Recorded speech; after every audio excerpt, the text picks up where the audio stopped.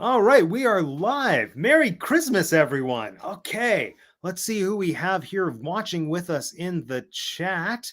We have William, the unknown cook. William, I think you're so great. Thank you. We have Aubrey. Good evening, Aubrey. Thanks for joining us.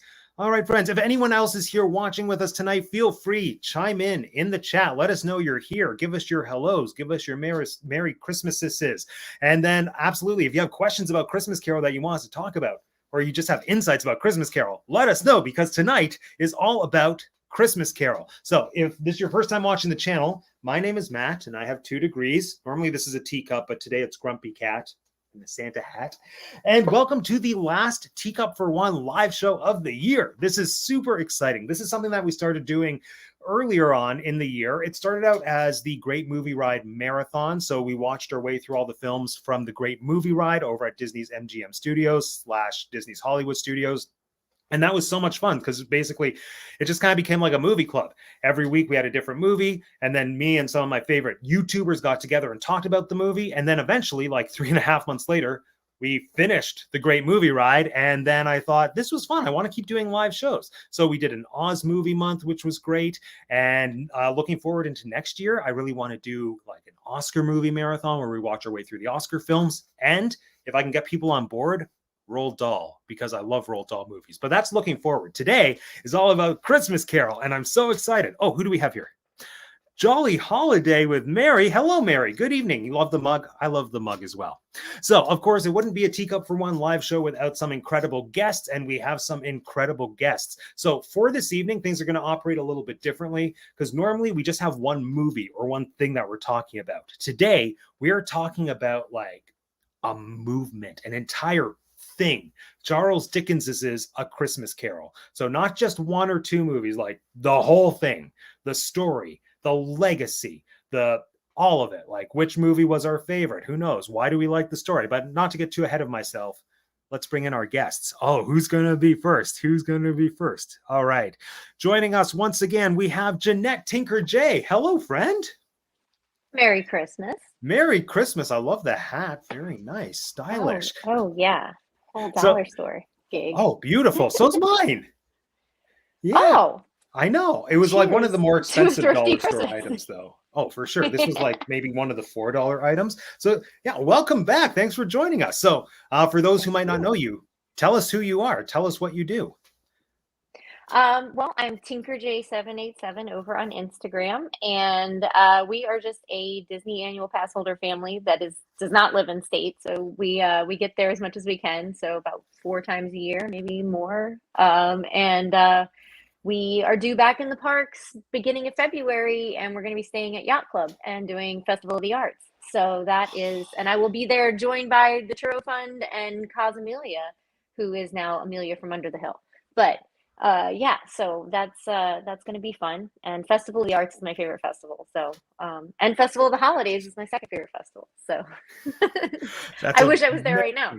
The only one I've done is Festival of the Arts. I'm convinced it is my favorite, even though I haven't done the others, but I want to do all of them except for Flower and Garden. Because like flowers, whatever. But like, give me the wine, give me the holidays, give me all that fun stuff.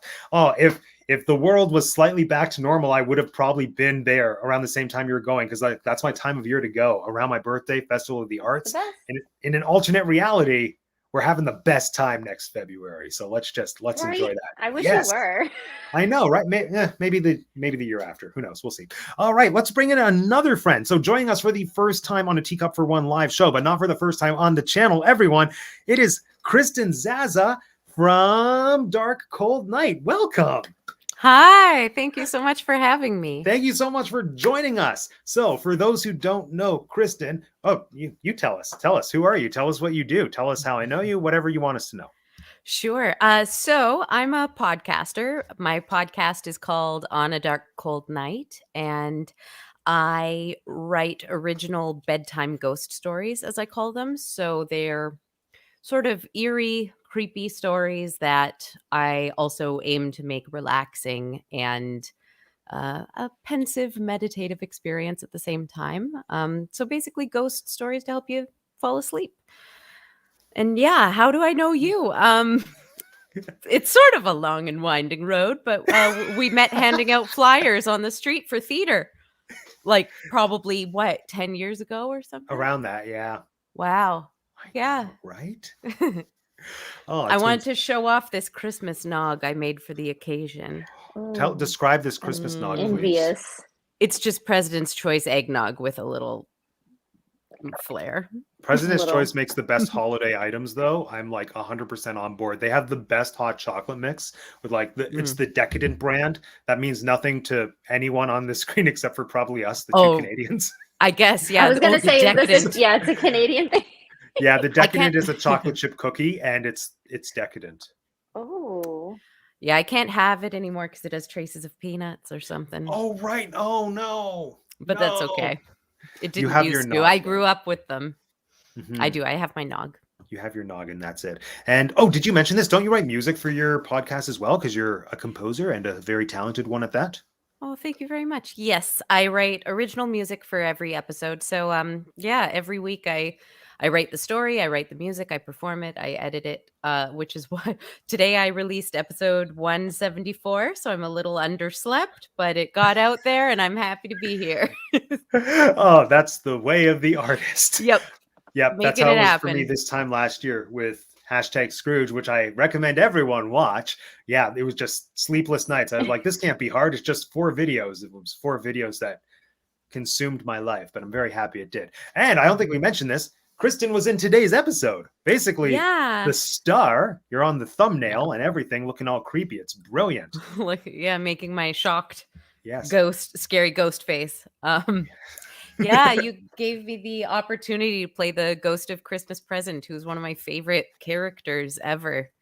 Yeah, so that was really exciting for me. That made me so happy. Oh, I can't wait to talk more about that. It's going to be such a good night. All right, but before we move on to that, hold on. We have another guest. It's Martha, everyone. It wouldn't be a live show without Martha. Thanks for joining, Mother. Here we go.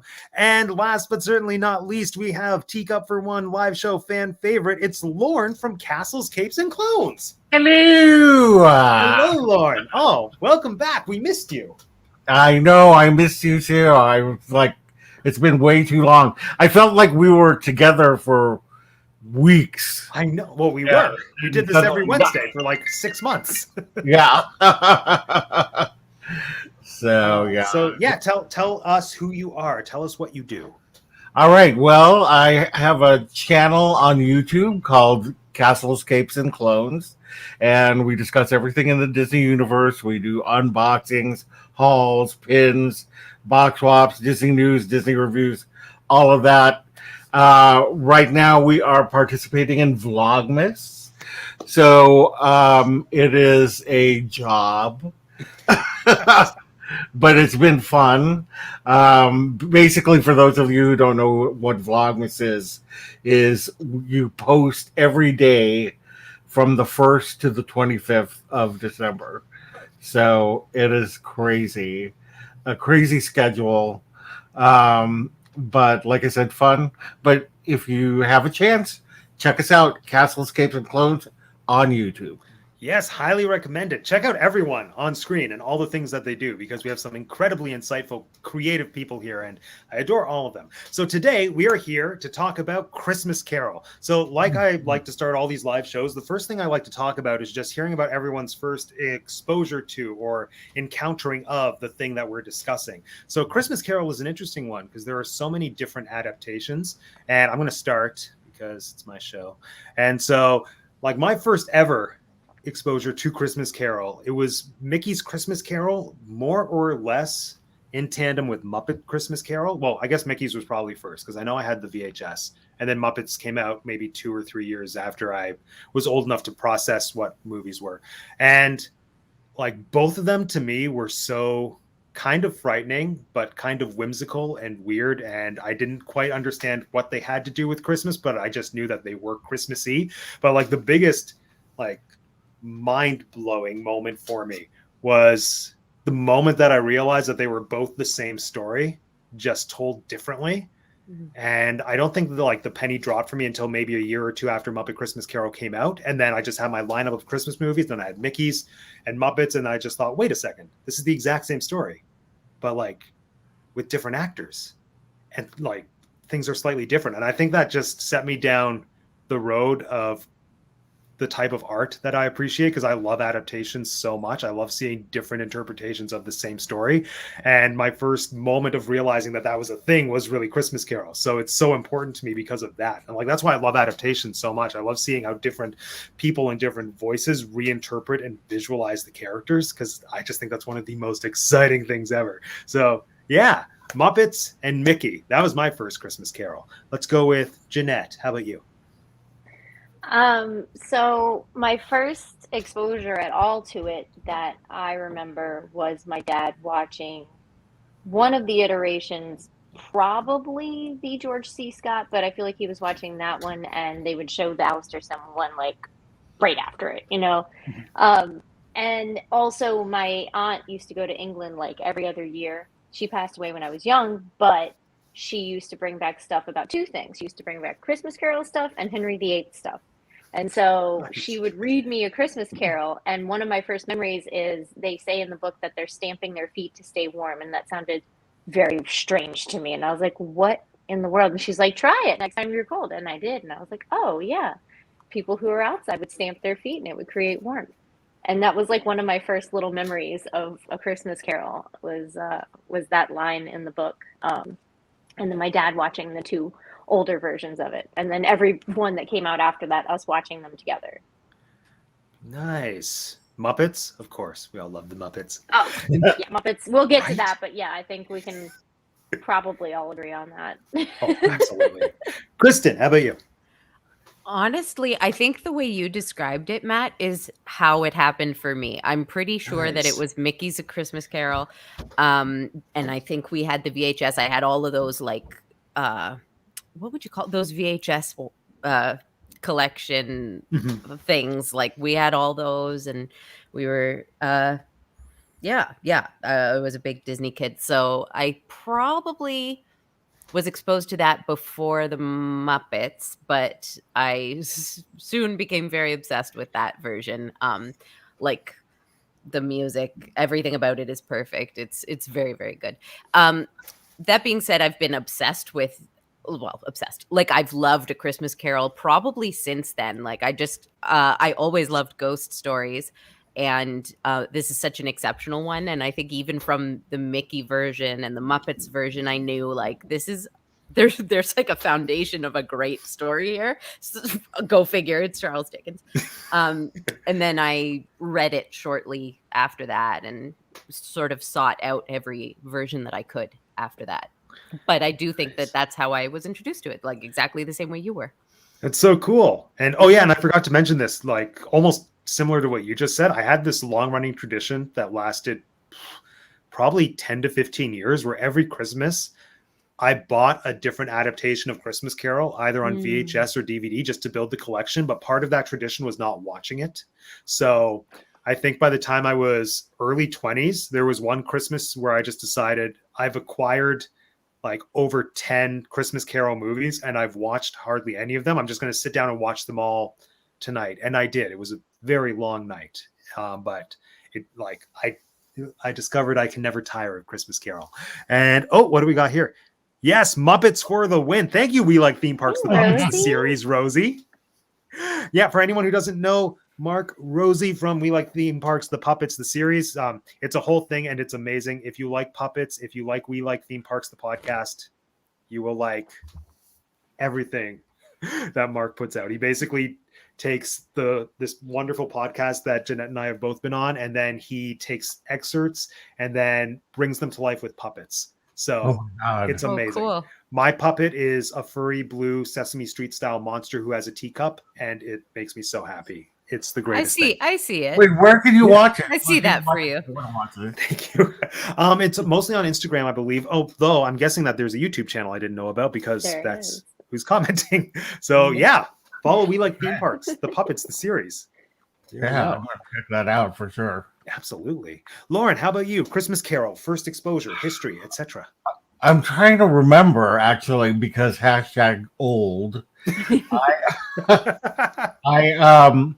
It's got to be that I watched something back in the day in the 70s.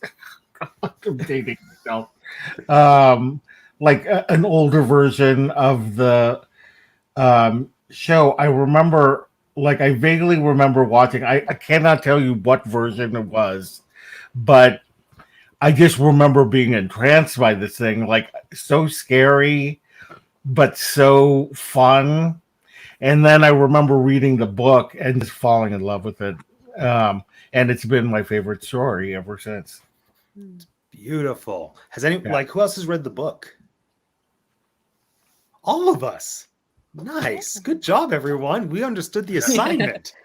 Yeah, I will admit the first time I read it was last year just because I was adapting it. I'd meant to read it for years, but then I actually forced myself to. And it's such an easy read, which I Yeah. didn't expect, which I like. But by easy, just like short, but also there's a lot of depth to it, which I absolutely love. Oh, what do we got here? Aubrey says, I'm the only millennial who didn't watch Muppet version as a kid. George C. Scott was the one we watched on our drive home from Thanksgiving. I Yes, adore that- the yes. George C. Scott adaptation. It is so Mhm. well done. Oh Yeah. my gosh. I love it so much. Before we get to that, okay.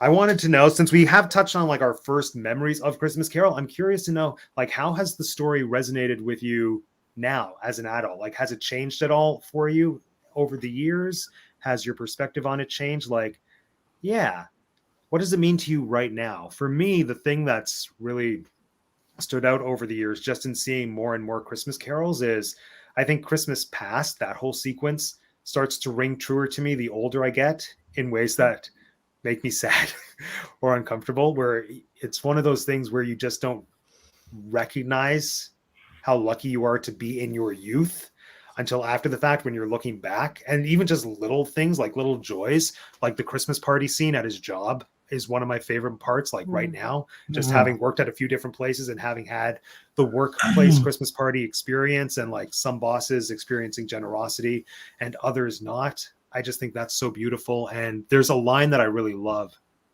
in Christmas Past, which is when Belle, I think, says, "Be happy in the life you have chosen." And I just think that is so beautiful. And that's one of those lines that I knew was coming when I was reading it, because it works its way into every adaptation. And yeah, like just the way that Dickens writes, there's so much poignancy through such simple language, which is gorgeous. And that's just something that I've only started to appreciate over the past few years, just through a combination of reading it, but also seeing all the different films. But yeah, how about everyone else? How has it changed for you? And do you have any favorite lines? Let's go opposite. Let's start with Lauren. It hasn't changed for me. I still love, I mean, again, my favorite story. And I remember reading it back in the day and was, proclaiming it my favorite story. So it still is. I probably also like, I actually like The Ghost of Christmas Present. Not because we have the Ghost of Christmas present, but there's just something about, looking at what is around you, and what, especially right now, I feel like I need to count my blessings as to what is around me right now. And I think that that's been a powerful thing. So I really enjoy that. That's probably my favorite ghost, but I love them all. Nice. Kristen, how about you? Oh, I guess there are two things that sort of jump out at me. The surface level, the easiest answer, the thing that resonates with me the most now at this point in my life, I suppose the very anti-capitalist message has sunk in more with me, seeing, the things that we sacrifice as a society in the name of industry or business or money, so that's sort of a very surface reading of it, I think. But what I find has been really resonating more lately is, like Lauren just said, Christmas Present was always my favorite, and more so when I saw him or her being portrayed as perhaps the most frightening ghost because he is so short-lived. And I think it's the whole Christmas present sequence is so like spiritual, spirit, but because, in such a short span of time, Scrooge learns to appreciate the moment and not take now for granted, which I truly think is like I'm not out here going to give you the key to happiness or anything like that. But like, I do think, that's a common thing that I'm trying to practice more in meditation in my day-to-day life, is being in the moment and appreciating right now, because it's all we actually have, So I think that's something that it took me this long to grasp, and not that I've even fully grasped it now. I think it's a constant practice, appreciating the moment and living in the moment. And yeah, I think like, what's one of his lines? You asked about lines that stand out to us, and Present has so many of them about like, oh, I wish I could remember. Even just the notion of it's very poetic, the metaphor when Scrooge says like, I've never met anyone like you before, or you've never walked with any of my brothers and sisters before. That this is a man who has never once lived like that, appreciated, like celebrated the moment. He's always been stockpiling for like a future like, what are you stockpiling for if it's not for right now? What are you even working towards? And it's funny how his response is confusion, like this is just not a man who's thought like that before. And that's where you start to see the thought shift in him. And I think it's masterfully done. Absolutely. And I think the thing that resonates reading it, especially, and just seeing like the actual text as opposed to the things that have been embellished or interpreted over the years, is just when you read it, and it sounds so cliche, but it rings so true now as to when it was written. Like, pretty well nothing has changed aside from maybe how we dress. But yeah, relationships, both to people and to the economy, are so similar to everything that he was writing about, which, like, when I was adapting it last year, I basically didn't have to change anything aside from what people were wearing and like numbers, so that it was, for your scene, like 2,000 brothers and sisters versus 1,800. But then I was like, the rest of this is just literally copy paste. People are still terrible. Well, and I was going to say that there were so few changes to the actual text that I had to that you made me deliver, that I joyfully delivered. There were so few changes to it because it worked, and the shift to the pandemic. I was trying to think, what do they call it on My Brother and Me, the podcast? They always say the unfortunate circumstances, or the current pandemic. Negativeness. Like, they just sort of use code for it. Anyway, it worked very well, is all I'm trying to say. Yeah, well done, Dickens, or not well done, mankind. That's what it is. The unpleasantness. The unpleasantness. Is what that's they what call we it. use now. That's the code. There it is. It's a good one. Fun. And Jeanette, how about you? So I'll do a little bit of. First of all, I agree with what you were saying. When that's one of my favorite things to point out to anybody who thinks that they don't want to read old books like Dickens. Like, they think it's going to be, not to offend anybody specifically, Matt, they think it's going to be like Shakespeare, where it's dense and it's hard for them to understand. But Dickens, I find, is a lot easier to wrap your head around. So that's what I tell people, is I'm like, the stuff he writes about is now. That's now. It translates so well. But as far as like how it's changed for me through my life, is when I was a kid, how I would watch those with my dad. My dad would quote it throughout the year. I grew up with the lines, and like my dad would, things were a joke sometimes. He'd always be like, will a meal be provided?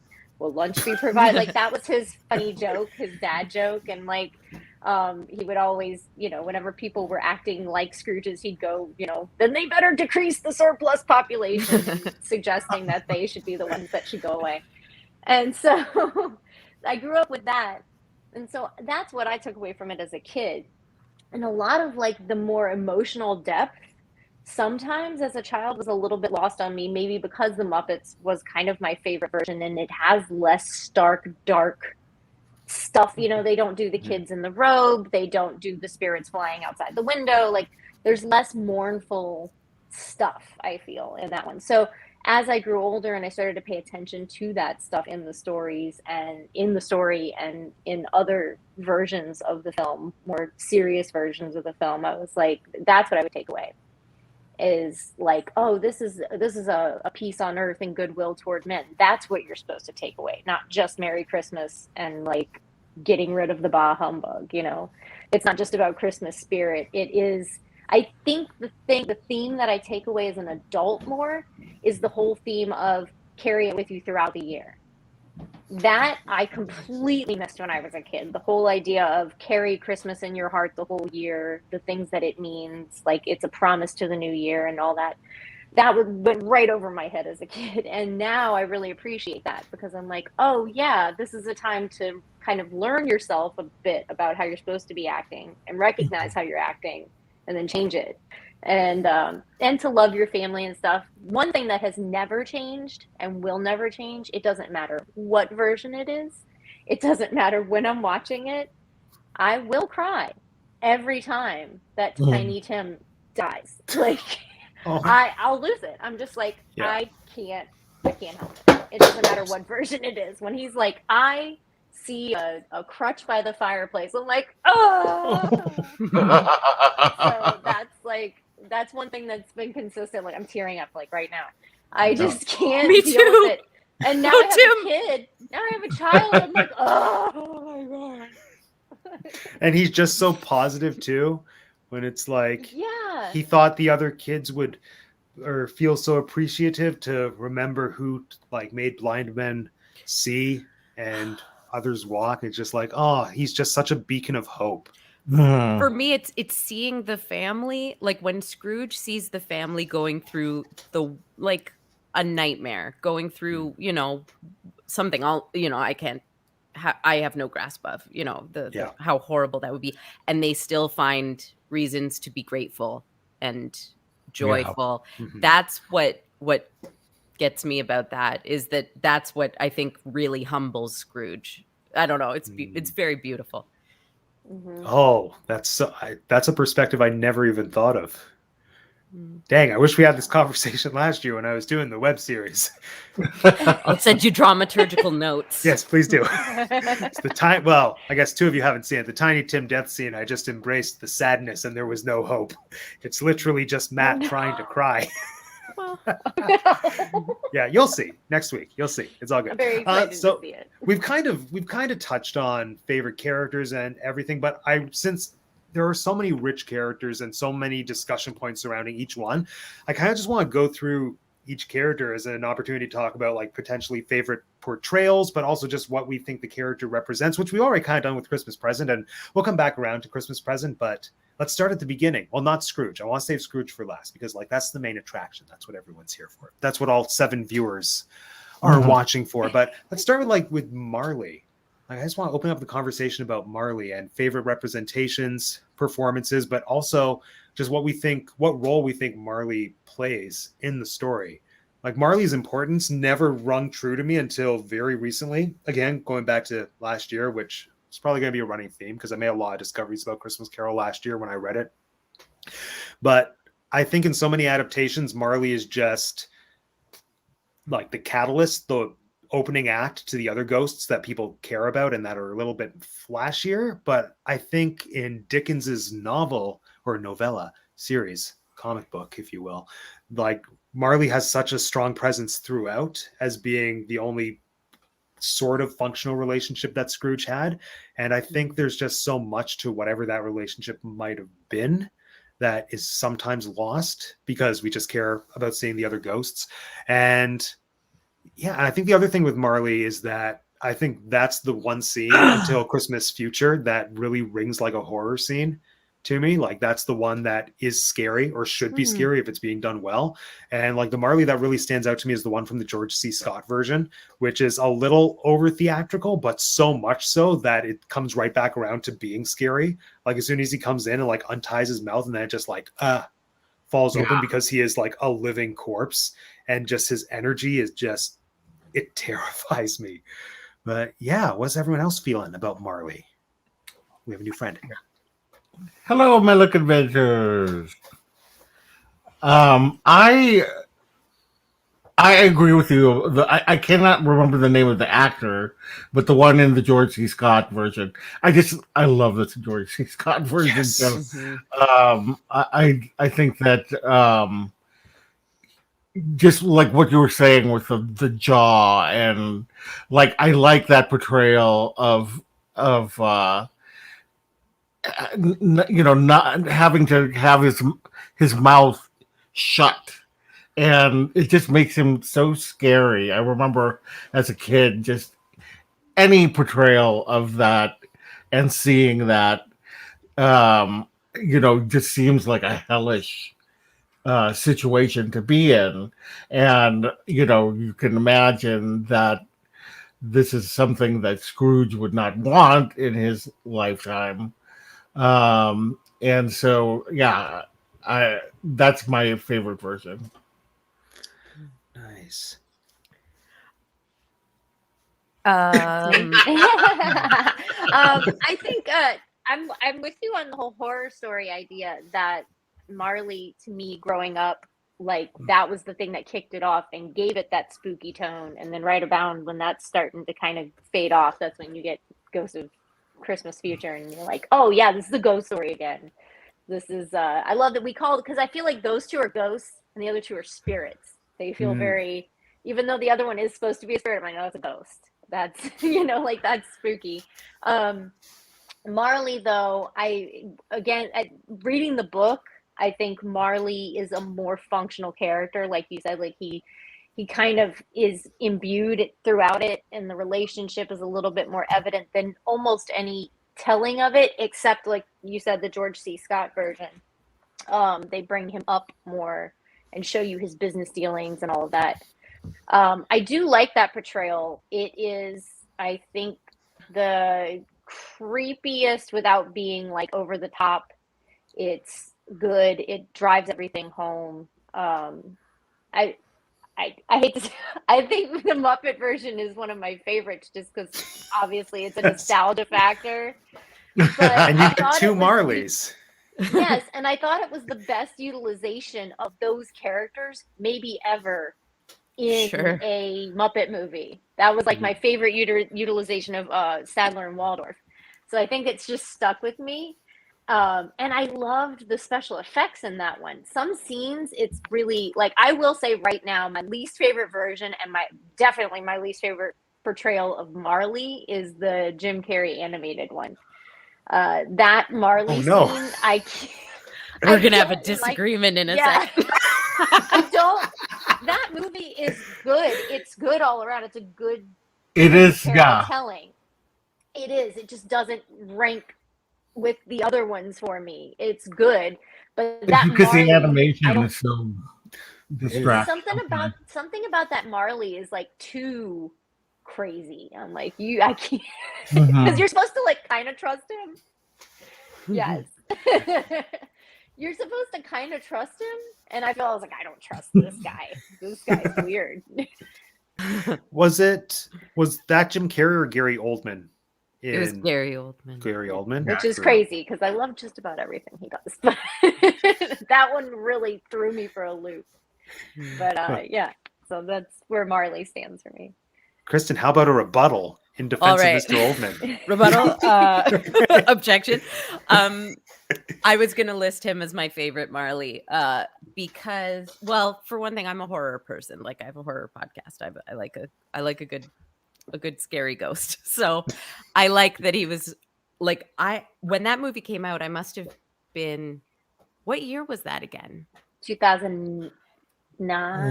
Yeah, so I was like 19 or 20. Like I was older, and I was scared. Like, I think I screamed in the audience with my parents. The three of us went to see A Christmas Carol. I was like, when Marley came out.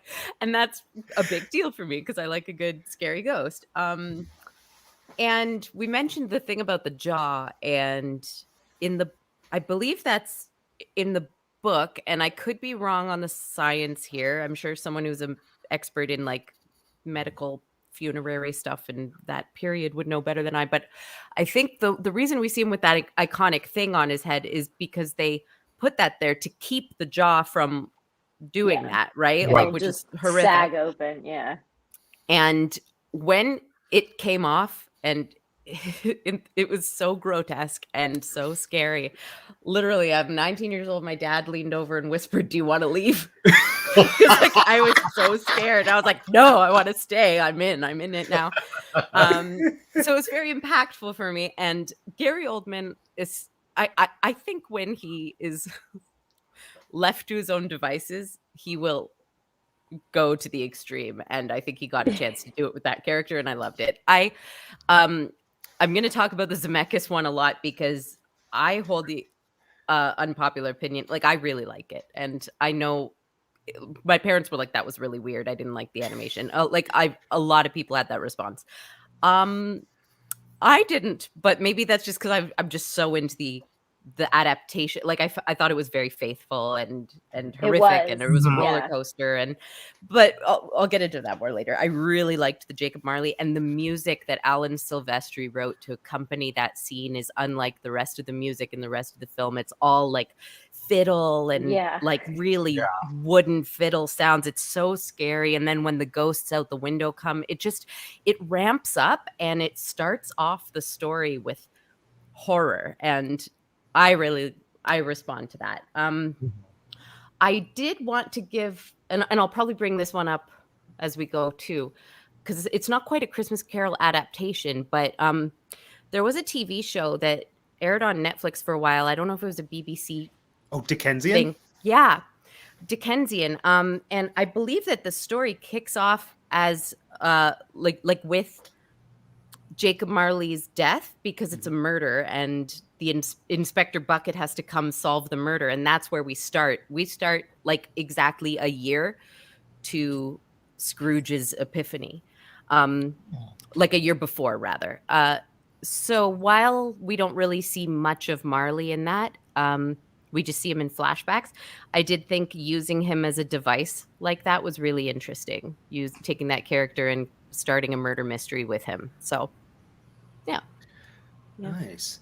And since we're kind of still talking about Marley, I love the perspective that Marley's a ghost and the others are spirits, because that's always something that in my head I'm like, what is the difference? And I'm sure there is a difference, but yeah, well, like, what's everyone's perspective just on ghosts, to get off tangent, to go on a tangent a bit? Because I love ghost stories. I still, all these years later, don't know what it is about them that speaks to me that I find so fascinating. I think there's something to do with like the impression that's left by life choices, and then ghosts somehow being like either a continuation of that energy or a culmination of people's impressions of you. Like, ghosts I just find fascinating dramatically and narratively. And even though Christmas Carol deals with so few actual ghosts, the ones that it does deal with, like, well, basically just Marley, and then kind of the path that Scrooge is taking, like, that's what I find so fascinating about it. So yeah, like, what are people's thoughts just on ghost stories and ghosts as a thing? Why do we like them? What's interesting about them? I feel like Kristen should comment. Yeah, I think Kristen has a thing to say. This is kind of my life. Yeah, let's hear it. No, I don't know. I agree that I think that the distinction between a ghost is a human who passed away and is lingering. I think that versus a spirit or a creature, at least on my podcast, that tends to be the differentiation, right? Spirits they could be like nature spirits, time spirits from a different dimension. And I think that's what these are. Like, past, present, and future were not people. They're these, like, how could you even decide what they are? Like, what is the ghost of Christmas past? They are described as an ageless flame, and present is like a year or a time. You know what I mean? Like it's they're abstract concepts, and future is just the unknown, which is the scariest thing of all. They're not they're not ghosts. They're the embodiment of these abstract concepts that we find frightening. So I like that. I think Marley is a particularly interesting ghost because I think he's kind of generous in a way. Like he wasn't afforded this chance that Scrooge is getting. He didn't have a Marley come to him to say, clean up your act. He's, I think, performing maybe his only act of love to his friend to come to him and say, let me give you this heads up. And I don't know if this is getting off topic, but I think that Dickens' view of the afterlife as being the concept of chains, that you build your chain every day of your life. You're either building a chain or you're setting yourself free from your actions, is a fascinating idea. And that if you don't do your work on earth while you're alive, you're going to have to do it. You're going to have to continue it in death. That's interesting. It's interesting. Yeah, ghosts though. Why do we love ghosts? I do think that I think that they represent our fear of time and our fear of our own mortality and our own mistakes or the past. You know, there's something about their lingering because of I don't know. Like I said, was it things they did wrong in their life, things that went wrong? I like to play with the idea on the podcast that sometimes, and this was maybe related to the story I just released, but that maybe what if they just stay because they want to?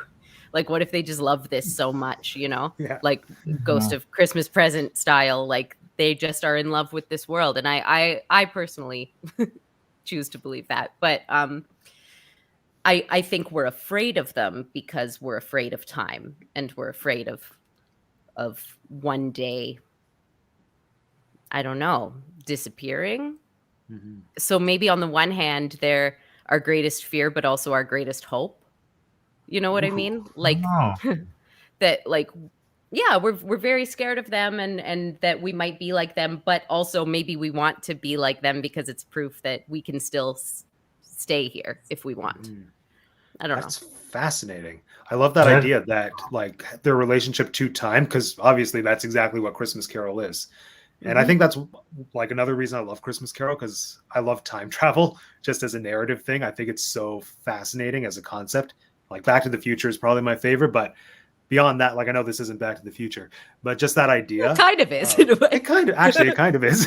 Except you can't tamper. Ways. You can't tamper with the past. But that's true. I never actually made that distinction, like the connection that ghosts have to time. And that's exactly what this is. That's amazing. That's why you have a podcast. Well done. One of my catchphrases on it is there's no such thing as time, because I think it's just reassuring to tell people that. So. I feel reassured. Thank you. I'm glad. Well, thank you. And I think this is a good segue into Christmas Past, since we're kind of now talking about time travel, ghosts, etc. What's everyone's thoughts on Christmas Past? The scene, the ghost, favorite adaptations. Like my favorite is always going to be Muppet Christmas Carol.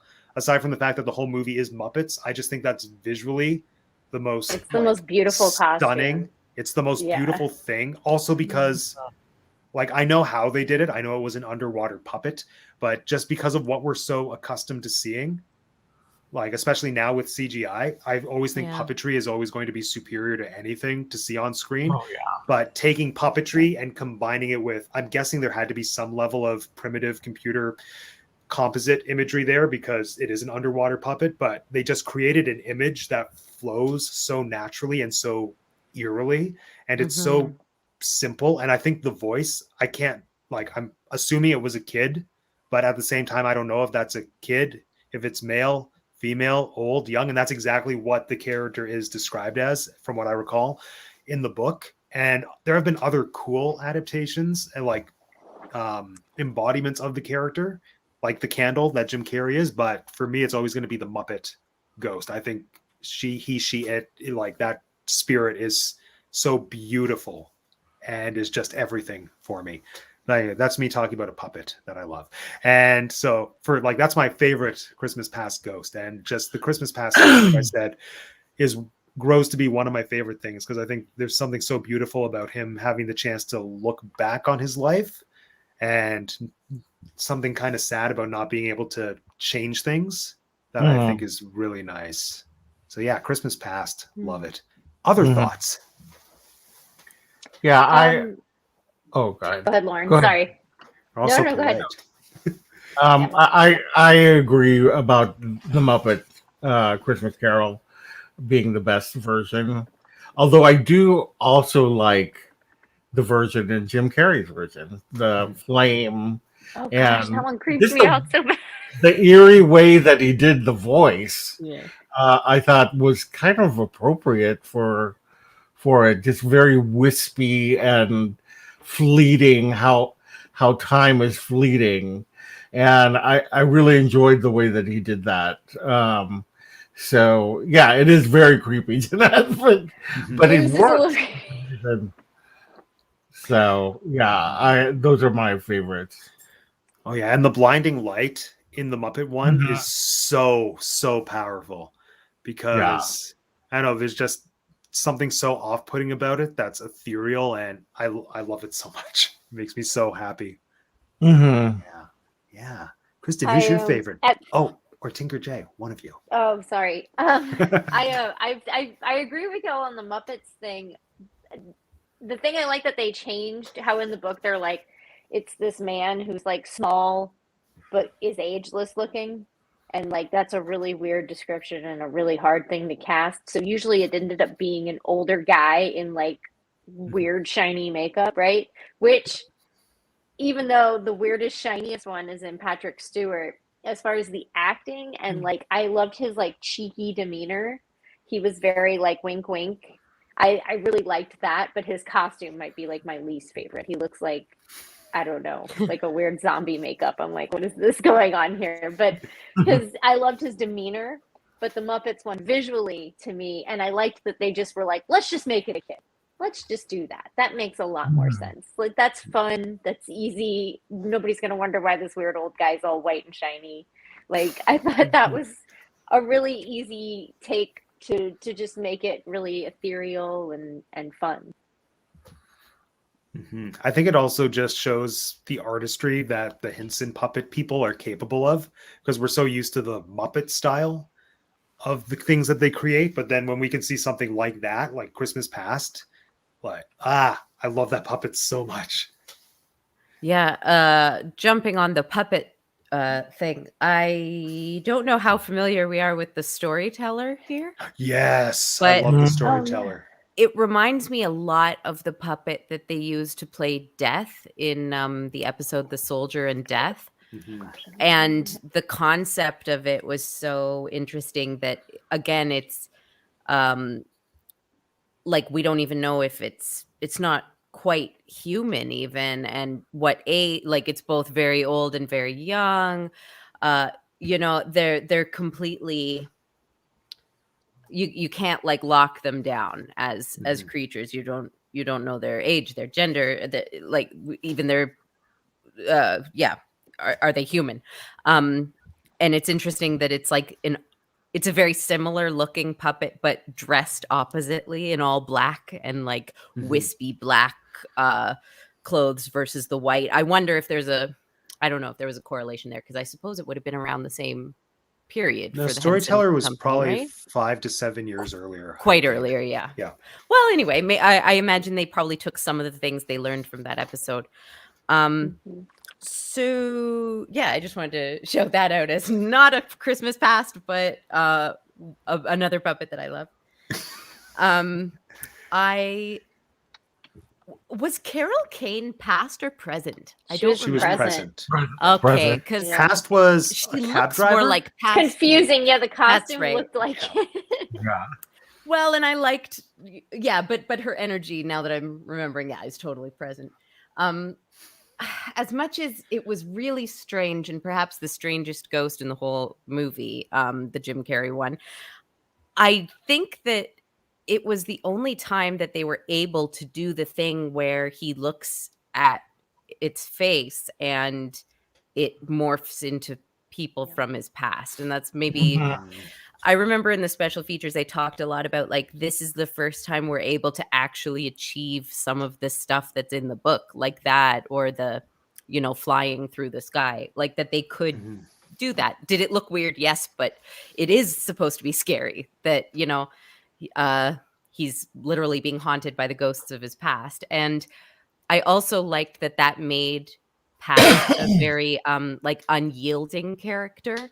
Like they're very I don't want to say emotionless, but you're not They're going very to get neutral. you're not going to get anything from the past. Mhm. And there's nothing to be gained from going, well, I mean, apart from like Scrooge, you know, realizes his mistakes and, you know, his regrets, and maybe that is necessary, but Past isn't there to comfort them, like comfort him. Like Past says, you know, these are it is what it is. Basically, the past is what it is, and I don't know. I like that's a very unyielding, unsympathetic version of that character.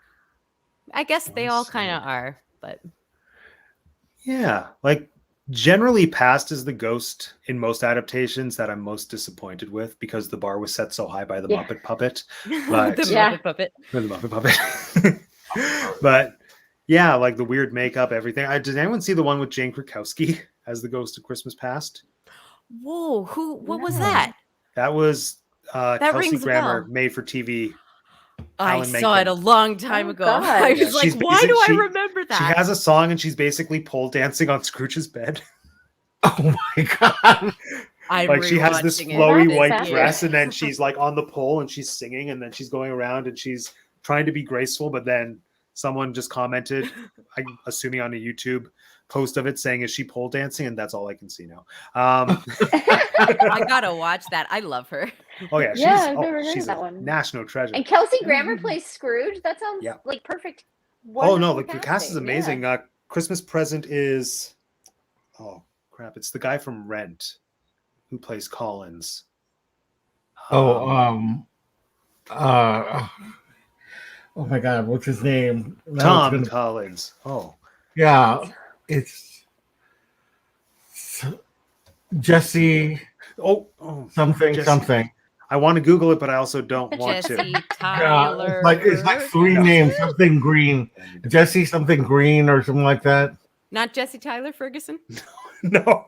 Oh, that would Okay, be I don't something know that many Jesse. That would be a good Three name Jessies. I feel awful. I love him too. Okay, let's see. Rent, Tom Collins. Hold on. Tom Collins. I will continue with the discussion, but I need to find out now. Tom Collins. Jesse L. Martin. That's the guy. That's Martin. That's it. I got Jesse the first Martin. name right. Yeah. So yeah, he's the Ghost of Christmas Present, and Ghost of Christmas Future is Geraldine Chaplin, which yeah, right. Like having the silent ghost played by the descendant of Charlie Chaplin, the irony, and she's just such a good actor in her own right. That even though I don't love the music, weirdly enough, because I don't think Menken's the one who's alive, right? Yeah, I don't think Alan Menken is that great when he's on like his own devices. I think he needs to have a really good lyricist to help him guide what he's doing, and I don't love the music, but it's still fun because it's a musical by Alan Menken and the cast is great. Something cool that they Now did. that you're saying that about the music, one thought I've had during all of this is that any version that has tied music into it, other than the Muppets, it has not been great that I've seen or that I can remember. I feel like the Muppets are the only ones that tie like some real actual like musical numbers into it in any successful capacity. Yeah, I think that's the only musical one that no, I guess I watched the Alan Menken one, but yeah, there's the one you're talking about now, which you're saying is not good, and then I tried to watch that 1970 Albert Finney Scrooge one. That was, and I like Albert Finney. I could not get through that. I was like, I can't do this. It's yeah, not like I good. think I'm assuming. Well, based on the Alan Menken one, I think just song placement is probably not as easy as one would think it would be. Like the Alan Menken one wrote a song for Scrooge's mom, who is not even a character, as I recall Yeah, I in the was like, book. what? Yeah, like there's a I whole haven't even scene where heard of this version. oh yeah, it exists. Like the only thing that was kind of interesting was the entire Christmas Future scene is one full musical number. So instead of him going and seeing isolated people celebrating that he's dead, it's like this nice counterpoint number where they're all singing at the same time and like going through his stuff. It's okay. Yeah, something that was kind of cool to go off on a little bit of a tangent, but this is something I wanted to discuss anyway, is that's I think one of the only renditions where the three ghosts like are given the Wizard of Oz treatment, where they're all people that Scrooge meets first, like they're all the real life characters, then they are mirrored as the ghosts. Is that a thing we like or don't like? Like I'm personally of the camp, and I've given it a lot of thought, that I like the ghosts being singular entities. Like I don't care for them necessarily having a real world counterpart. I don't care for the Wizard of Oz treatment and they're because they're coming at the tolling of the bell is kind of like a whole thing that you look forward to and seeing how that's going to happen. Like in Scrooged, I had forgot that like he does have some real world tie-ins, but like the coming of the ghost is very different than other ones. So like I feel like that in and of itself is a chance for an event, but maybe not that.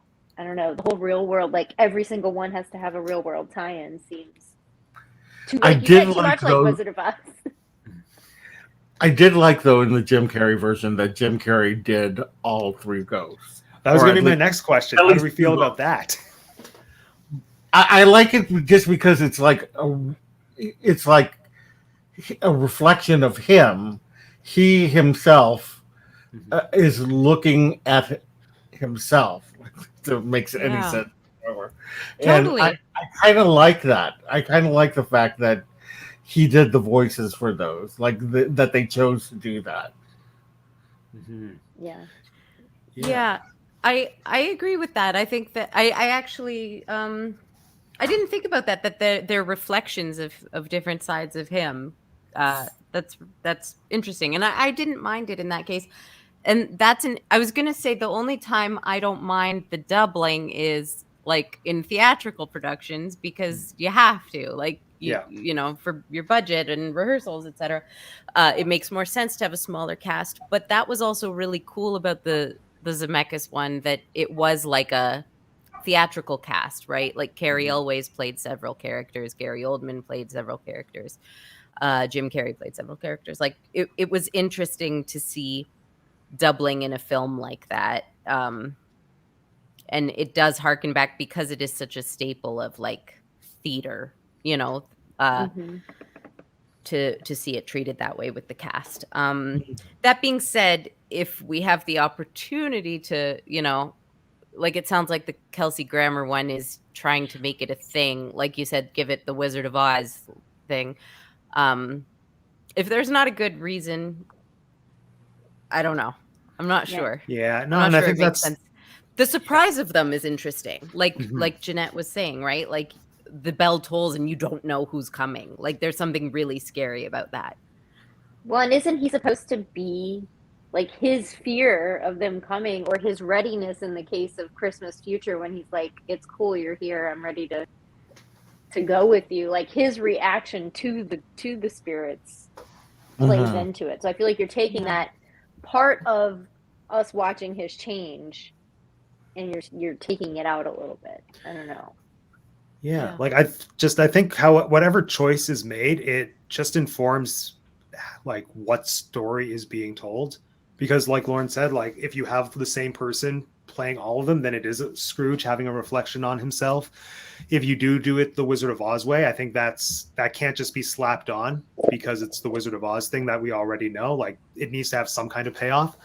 Like actually, it's not even a very good one, but there's a made-for-TV one starring, okay, I can't say who headlines it because that might be a trivia question later, but starring a TV actor. And that one actually had a better payoff because, I don't know, the interactions that they had with the people in like the real world were mirrored when they became the ghosts, at least in a way that didn't happen with the Kelsey Grammer one. So I think there's potential there for it to almost be like people are trying to communicate to Scrooge as though to say, you need to open your eyes and look at how you've affected me. And I think that's an interesting perspective if you do it right. And then something that Yeah. I saw at Soul Pepper in Toronto for their production is that they had all the ghosts played by the person who played Marley, which I thought was an interesting choice, because Ah. then it was the same voice and the same like person holding his hand, and it wasn't meant to be Marley all the same time, but it was just having that consistency. I thought was different and That's an effective in a interesting way that I choice. liked. Yeah. Yeah. Yeah, but all that said, how about Christmas present? We've kind of touched on Christmas present, and I'm just going to say that there's no Christmas present that's comparable for me to the George C. Scott one. Like Yep. even the Muppet one, as much as I love the Muppet Yeah. one, the George C. Scott Christmas present, aside from Kristen Zaza, is I think the only Christmas present that got it right.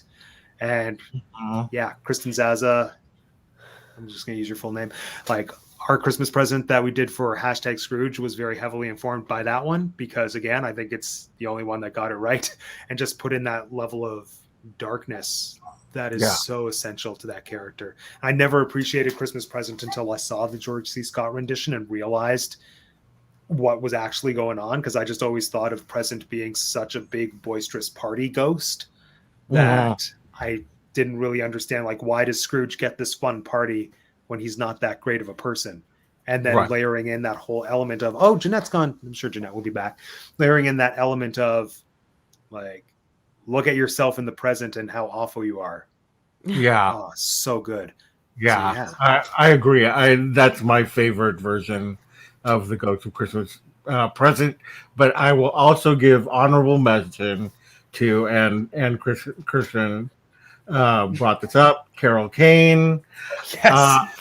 I love the fact that she is constantly punching him to open his eyes, and I thought that's a real kind of cool thing, that she's like constantly punching him, hitting him to open his eyes to the what's going on around him. And I liked that about hilarious. the Carol Kane one with the punching and stuff. I thought that was really a telling of when it was made, and because I was thinking that was made in '88, or it came out in '88, and Roger Rabbit came out in '89. And I feel like that whole like maniacal cartoon character thing was kind of a thing at the time. You also had Cool World came out around then. So like this whole like cartoon characters are for kids, but I'm going to be violent, or I'm going to be kooky, or I'm going to be unstable. Like I thought that was a really indicative of that. And that she really is the best character in that movie, right? Like she's pretty great. And I like Sandy Dennis as Tiny Tim. Is it Sandy Dennis? Oh yeah, no, it's what's her face? Mary Lou Retton. That's it. Yes, Mary Lou Retton. Universal symbol for Mary Lou. Oh, I don't know why I thought Sandy Dennis. I just remembered who that actually is. But yes. Yeah. That was a really good. The gymnast. Really cute. I didn't mean to cut you off, Lauren. Were you going to say something else?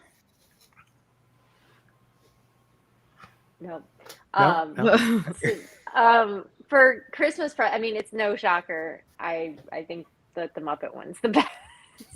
It just makes me the most joyful. And I know you're supposed to take away more than that from that one, but that's the one that makes me feel happy. And that's really like, I mean, that's the best song. Like that's one of the best Christmas songs, aside from it being a Muppet song. Just it's a good Christmas song. But it's the summer of the soul in December. Favorite. Yeah, the only thing I don't like about that one is that they do take away one of the scenes that I feel like is the most important to the whole like point of the story is the kids, the children. Yeah, and I feel like that was a missed opportunity for some really great Muppets. Like those things could have been so creepy. That's my only problem with almost all of Muppet Christmas Carol is the taking out of that part, because I feel like that's pivotal and it's really, really, really important to the story. And I do miss that scene when it's not included in a version of something, when something version of this.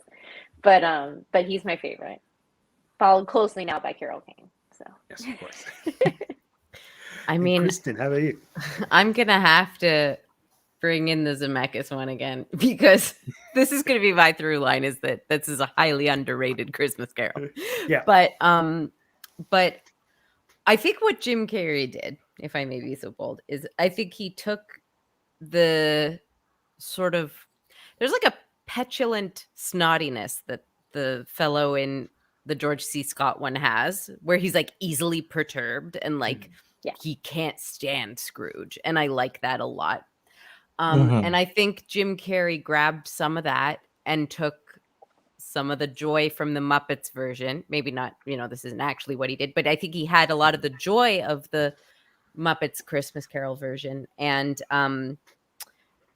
what ends up happening, I think, is just when Scrooge is like falling in love with him and realizing I'm having a lot of fun with this guy, just as he realizes that, the kids come out of the robe and he decays instantly, and it's horrific. And I think that he has the disdain for Scrooge that the George C. Scott version has, and seeing Scrooge actually really enjoy hanging out with him and being met with that disdain is a really interesting result. So I think, and of course, again, the music is really, they do that scene really horrifically with the children, and when he, like I said, decays in front of your eyes. The decaying scene is like one of the best part. That's one of my favorite parts of that one. Yeah, I just remember the and kids the chime of the bell adults. is so loud. Ugh. Yeah. Oh yeah, the kids like, turning into adults. Yeah, that was. One's in jail, that then was one of my favorite parts of that one. Like I And said, I don't spouting- dislike yeah. it. I just that scene specifically does hit home. It's pretty great. Yeah. This is making me want to rewatch that one like as soon as we wrap this up. And I probably I think my only problem with the Zemeckis version is just some of the animation is weird because they did that whole. It was the face mapping. It was like one of the first ones that was done. The face map. Entirely Exactly. like that. Yeah. Yeah, and that's really my only qualm with that version, because I think otherwise it's really an outstanding adaptation. Oh yeah, I love Zemeckis as a director because again, Back to the Future, and I think he's probably one of my favorite directors. But just his CGI phase, not even CGI, his motion capture phase, like experiments were made. I respect that. I like it. I'm a big fan of Beowulf too, though. I don't know. I haven't seen Beowulf. I liked. Did he do Polar Express? Because I know it freaks people out, but I do like Polar Express. I love Polar Express, Beowulf, Christmas Carol. Those are the ones that come to my mind. I don't know. I like it. I see what you're saying. I understand. Oh yeah, like it is. I just weird to watch, but yeah, fair enough. And we've kind of touched on that sounds weird. Well, we've spoken about the kids, the two kids, which I wanted to talk a little bit more about as well. Like, just what do we feel about that scene? Why is that scene there? What does it mean? If you haven't fully understood what they've taught you up to that point, that scene will just spell it out for you. Right. Like, if you don't get what we have displayed for you in metaphorical or emotional terms, we will materialize it in front of you and drive it home. And I don't know if that's what Dickens intended, but I feel like cinematically, that's what that does. I do feel like that's what it does in the book too, but I don't know that that's what he intended. But cinematically, it does that for you, especially since you do have a very broad audience on this movie. Traditionally, it's a movie that you could watch with your kids. Most people grew up watching some version of it. And I feel like that is a little bit easier to read. And it kind of lets you know, and it scares the bejesus out of Scrooge, which is up until that point, since Marley's come in, I don't think he was really frightened again. Yeah. Right? Mm-hmm. Yeah, there's this... I'm sorry. No, you go. I think there's this notion of, Scrooge is obviously a miser. He's self-centered. He's not a nurturing person. He's not a giving person. This is all obvious. But being faced with children and being told these are your responsibility, even if like they're all of our children, I think hammers home for him that the theme of no man is an island, I suppose. Like if you see hungry children on the street, they're not somebody else's responsibility. They're all of our responsibility. And like Jeanette said, I think that's the moment where it kicks in for him that like there comes a point where you can't, wash your hands of it. Like I'm on my own here, and every man for himself. I think I know that, they represent ignorance and want, and he wants to avoid them. However, showing them to us as children as being these needy things that we are all responsible for their presence in the world, and whether we take them as literal children or metaphorical negative concepts, we have to own it. Like Scrooge has to, like I said, take accountability for them. So anyway, that's sort of how I read it. I think it's interesting because doesn't Present say, like, what does he say? Like they're yours, or They're They're mankind's man's. children. yeah. Mhm. Yes, they're man's. The boy is ignorance, girl is want. There's one- Beware them both, beware but them most of both. all, beware the boy. For on his Mhm. face, I see that written, which is doom, unless the something be rewritten. Yeah. Yeah. So good. It's interesting that they're both repellent, but also pathetic in that you want to help them. Like, Mhm. of course you do, but you're also terrified by them. And I think it's Dickens confronting us with the discomfort there. For Yeah. sure. Yeah, I there's just think something it's about also- Dickens and hungry kids. Yeah, It goes Exactly. hand in hand. he just likes them. I also think it's a way of transitioning us from kind of like the fun romp of seeing the past and present, and transitioning us into the nightmare of the future. And I think that's another reason why that was included in there. Mm-hmm. What a good transition into Christmas Future, Lauren. I was going to do it, but you did. Okay. Oh, hold on. We have a new friend, Surfer Girl 326. Hello. Thanks for joining on our Christmas Carol discussion. Okay, Christmas Future. Oh, so much to unpack here. That's what I say when I come back from Disney World. But also, Christmas Future, so much to unpack here. Oof, what do we think? Like, just Christmas Future as a concept, as a scene, favorite interpretation. Like, you go first, I'll go last. Well, since I'm going to be no shocker, take a Muppet? big wild guess. Yeah, which one? I think the costume in that one is like ridiculously gorgeous. Like that. Some of the other ones just do look like flat black, but there's like so much depth and like tangibility to that one. It's amazing. I do like the one in Scrooged too. I think that the big like cyber skeleton, and then he's got this beautiful like blue and black costume. I really liked that one. But yeah, Muppet drives it home for me. And Christmas Future, like I feel like that scene sometimes gets a little repetitive. People don't change enough about it. It's very like set in its ways. So it's really all about the spook factor of this character, but also being able to drive it home. One of my least favorite portrayals really is the Mickey's Christmas Carol. I thought Pete? having Pete, Yeah. having it be like he talks and like I'm like, this is kind of ruining it a little bit for me. But for the first time ever, a Disney movie is my least. Well, I guess technically this one is Disney, right? That is a Disney movie. Mhm. So, but yeah. and again, I don't dislike that one, but I dislike Pete as Ghost of Christmas Future, and it's going to get me a little bit of hate. But I love the rest of that movie. Yeah, no. Like, I think once however, you it see who's doesn't- under the hood, it gets rid of the mystery. Yeah, and that movie Which- doesn't particularly have any of my favorite portrayals of any of the ghosts. Like they're good, but that one's not. No, I think Jiminy Cricket is perfect within the Disney sphere for Christmas Yeah. Past, but like that's Yeah. again very specific to that production. But no, I agree. I think the ghosts are just very good for the Disney version of it.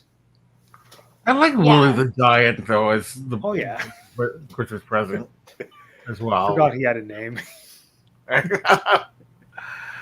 My favorite is the Scrooged version. Actually, I think it's just because I grew up on television, as most people have, and just this idea of this spirit made up of televisions, um, just kind of terrified me when I was younger. So I don't know. I just really enjoyed that version. Mhm. Nice. Well, I mean, guess what I'm gonna say? Zemeckis? Yeah. Yes. Yeah. Well, honestly, I thought it was really cool that if I'm remembering correctly, I think he starts off as just a shadow. Um, and I distinctly remember, and this was another moment in the theater where I remember being like scared, like horror movie scared, Mhm. was when you see the shadow of the horse that he's steering, and Scrooge is watching the horse, like the shadow of the horse, and knows something's wrong. And very slowly, and again, this was in 3D, so I had the glasses and everything. It And the was in horse is, 3D? it Yeah. was, yeah. I think that's one of the things that made me not fond of it, because I was never fond of 3D, like 3D regular movies. Like I like going to see a 3D movie in like a theme park, but like I think that was one of the things that threw me too. But I do like that scene. That scene was intense. Well, this was really, yeah, it was a really cool effect because you're looking at a flat shadow of a horse, and then it slowly turns and like pulls off the screen and faces you with red eyes and smoke coming out of the nostrils.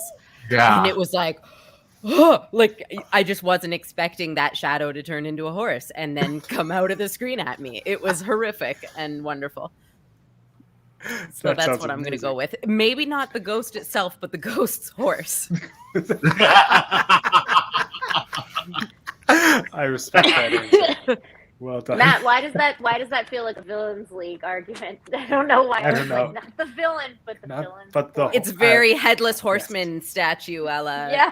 Disneyland, which I've only seen What I was videos thinking of, of. but I want to see it in reality. Oh, me too, so badly. Mhm. 2023. Here's hoping. Like Christmas Future is such an interesting blank slate. I think because there's the obvious visual. I think that's the one ghost that has the most pertinent visual tied to it out of all of them. Mhm. And then if you're going to make a departure, you need to make a good one, and not everyone does. From what I remember, it's been a long time since I've seen the George C. Scott one from start to finish. But what I loved from what I remember is that they do play with shadows so much, and the simplicity of that is, I think, so powerful. Like that's what I would do if I was doing a like proper Christmas Carol film. Is that I would probably opt to have Christmas Future be mostly all shadow, because I think there's something so unsettling and simple about that. Just having that cast over.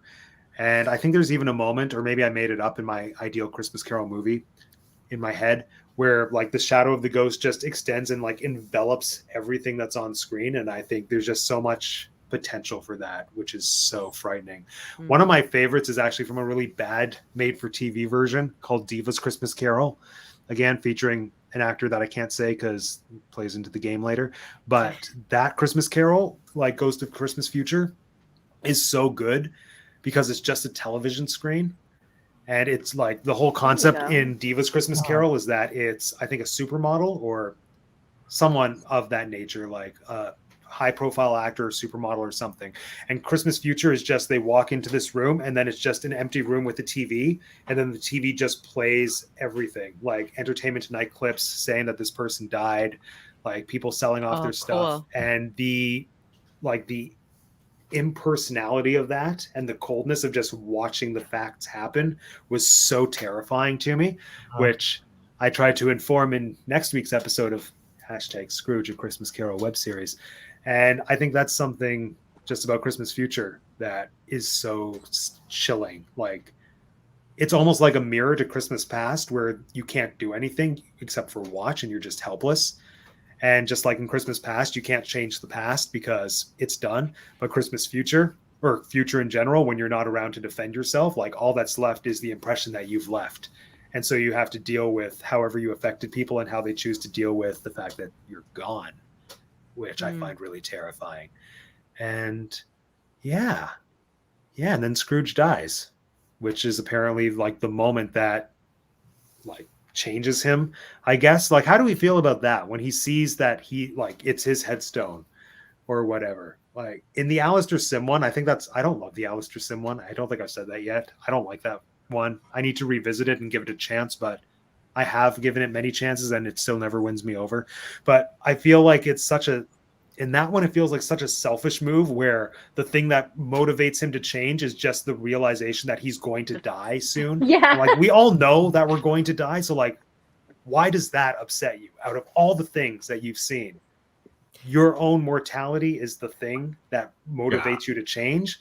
Like I personally don't care for that. And I think some other like adaptations do a better job of handling that scene, like the Muppet one. And the Muppet one is my all-time favorite for so many reasons, but I think largely because of this scene where Michael Caine plays it so beautifully, where he knows that he's the one who's dead.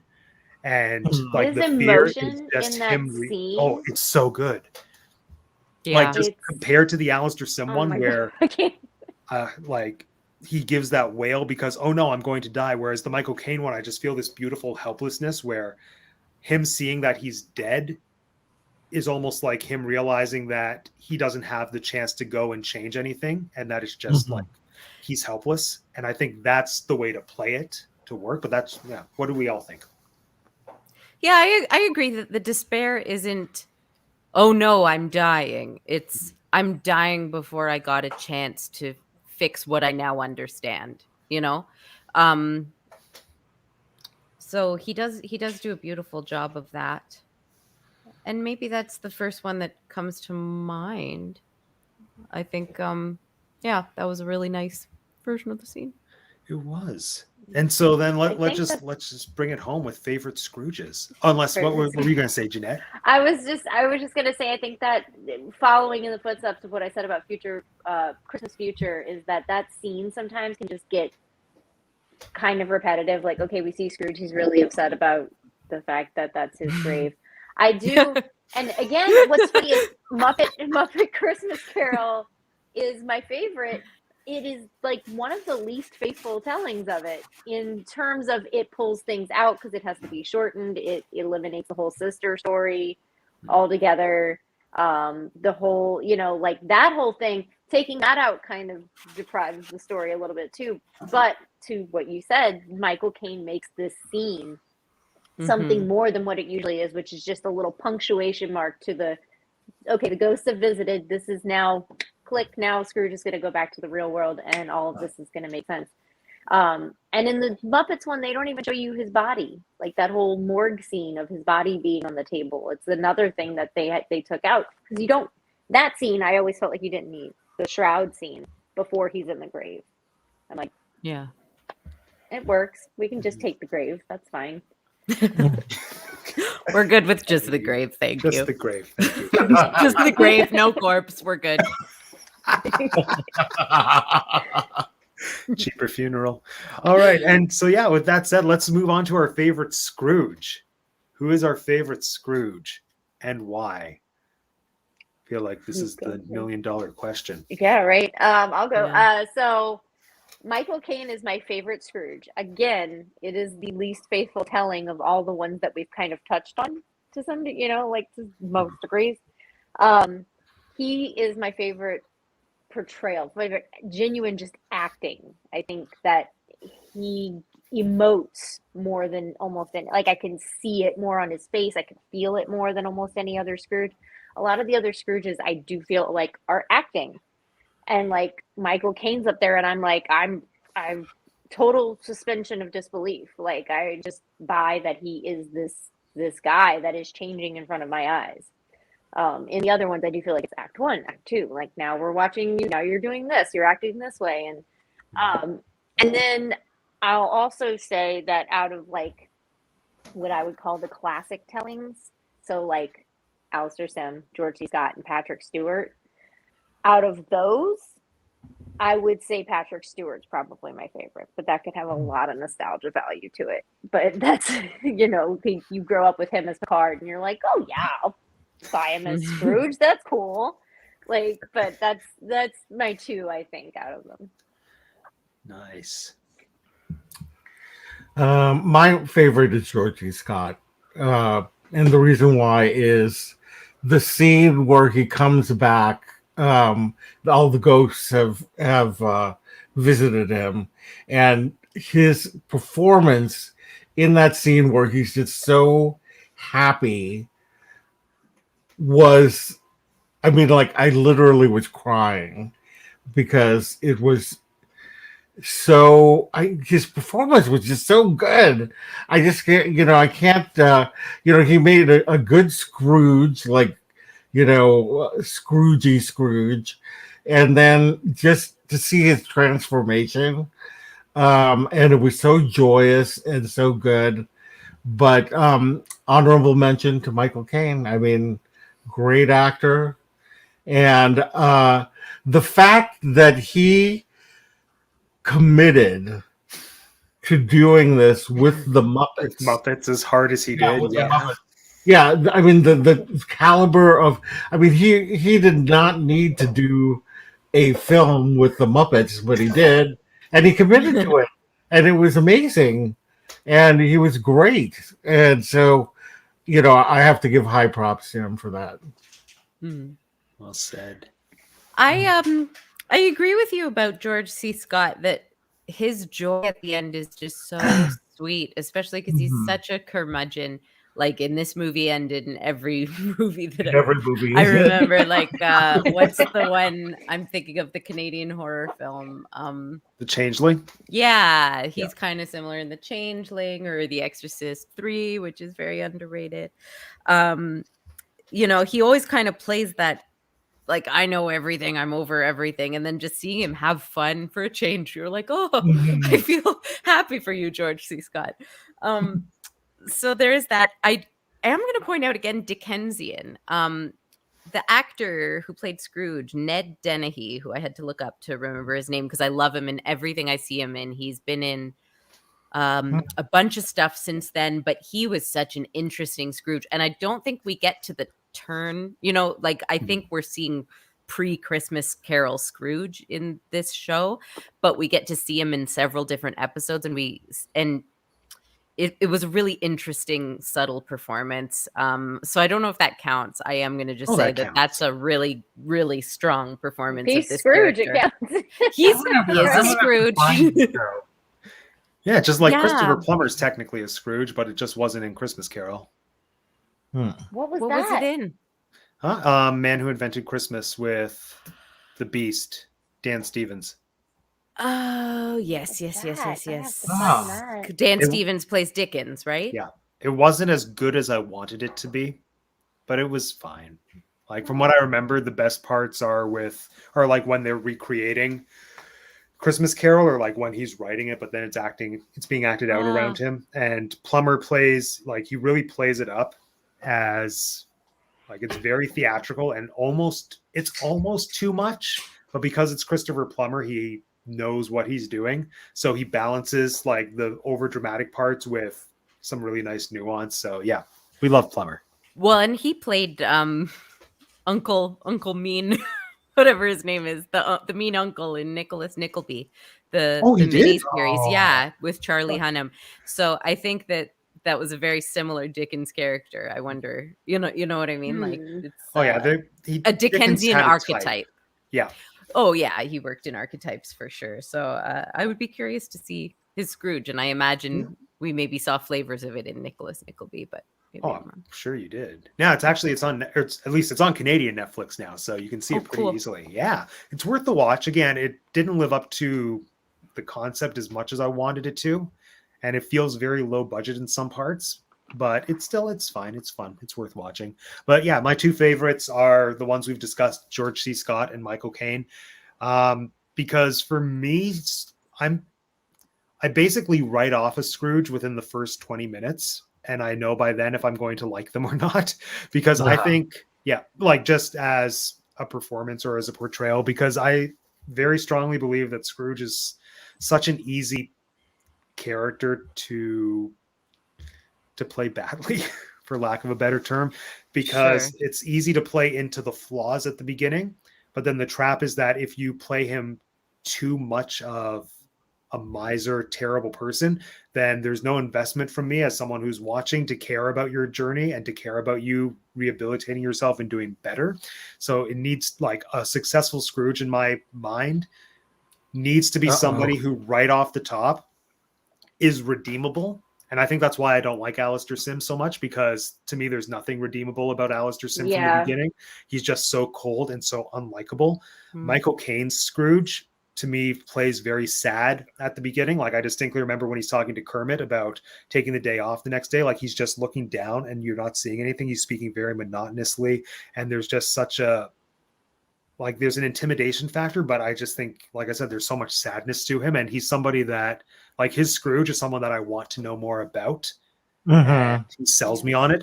And George C. Scott, what I love is that he's not sad. He's just a dick right at the beginning in ways that we don't see from any other Scrooges. Like that line to Fred about how every person who says Merry Christmas should be stabbed with holly. He's the, like, only Scrooge that plays it as a joke and is laughing at it. And to me, that sells the text in a way that no other Scrooge can sell it, because it's such over the top heightened language that when Scrooges try to play it seriously, I'm like, no one talks like that. I know it's Dickens and it's heightened, but still, no one talks like that. But then George C. Scott, he's just like, everyone should just be stabbed with holly and then be smothered with cranberry sauce. And just the way, I don't know if that's what it is, but the way that he plays it and that choice is so brilliant to me that he just sells me, and I love it. I really want a. Oh, sorry. No, go ahead. I was gonna say, I really want a Scrooge that in the beginning just seems like one of those old people that's, like, stuck in their ways and the world is changing, or that, like, something should change and they're just stuck in their ways. I don't want, like you said, Alistair Sim. Alistair Sim seems malicious at points. Like, he's kind of, like, going out of his way to be that way. And so that's why I want, like, someone who just seems like they really don't know that they're being that way. They don't really understand that they're being awful. The OK Boomer Scrooge. Yeah. Yeah, we always laugh, as in every year that I make my partner and I watch the Zemeckis Christmas Carol, because I have to watch it every year because I love it so much. Of course. That we always laugh at. There's, like, because Jim Carrey, I am gonna say, whether or not he's right for the part, you know, and I have mixed feelings about it. I think he did a lot of work and he did some stuff we haven't seen from him before, which I'm gonna praise. And they could make him look like whatever they wanted to look like. But there's this one part where, like, who is it? Colin Firth is nephew. Cratchit? No, well, he's a bunch of people, but he's nephew.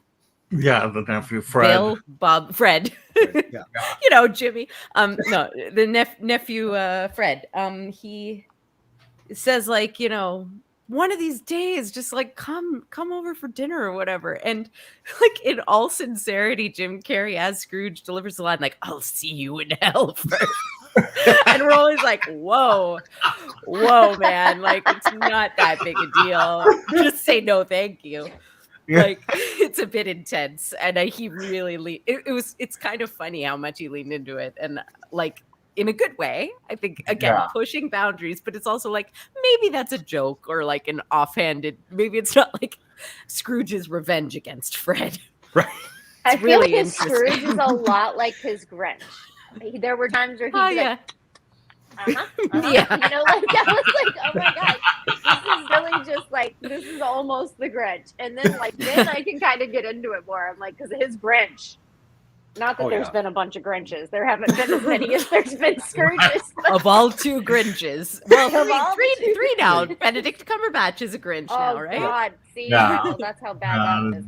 I couldn't make it past the first 5 minutes. I haven't seen it. I couldn't. Oh, my God. My child. It's a child's movie. My kid was like, this is bad. What did they do to the Grinch? I'm like, yeah, I know, man. It's not good. But yeah, his Grinch and his Scrooge fit, and I like that. I thought I was like, well, kind of almost the same person, really, when you think about the brass tacks of what we're trying to achieve with this character. That's true. Yeah. Yeah. He just has to play George Bailey, then he'll have, like, the Christmas character hat trick. Is that a sports term that's applicable? Is that a sports term? Because I I don't. don't know. I don't know. I just know that people say Ming-Na Wen has like accomplished the Disney hat trick by being in Marvel, Star Wars, and Disney. So I'm like, yeah, the Christmas one. There it is. Jim Carrey. Just you play go. George Bailey and you're set. Done. Sure. Yeah, There you or go. Santa, or you can get away with Santa. Okay, it's time for the game. I'm so excited for Yay. this one. So Game. this Okay. game, I've named it. Wait, what did I call it? Oh, I called it "Name That Humbug." Okay. Oh my God. Okay. Yeah, Let me so pull it's a up my variation notes of- then. I'm sure we played multiple iterations of this game in past live shows, but I am going to describe an actor who has played Scrooge or a Scrooge equivalent, and you have to tell me who that actor is. So I'll be like, name that humbug. This humbug also played, then I'll name a character from this person's resume. And then you All have to right. write down the name of the actor, and we'll collect points, and it'll be fun. God, I'm going to be so bad at this game. Oh, I'm so excited to see how all of you do. Is this exclusively Scrooge's, or is this people in A Christmas Carol, like other actors? There no only people who have played Scrooge or Scrooge equivalents. So these aren't all traditional Christmas Carol adaptations, but they're all people who played like the Scrooge person. Oh my God. Okay, so there will be 10 questions and then the bonus round where you can risk it all. Here we go. So we're going to start off nice and easy. This humbug also played the Grinch.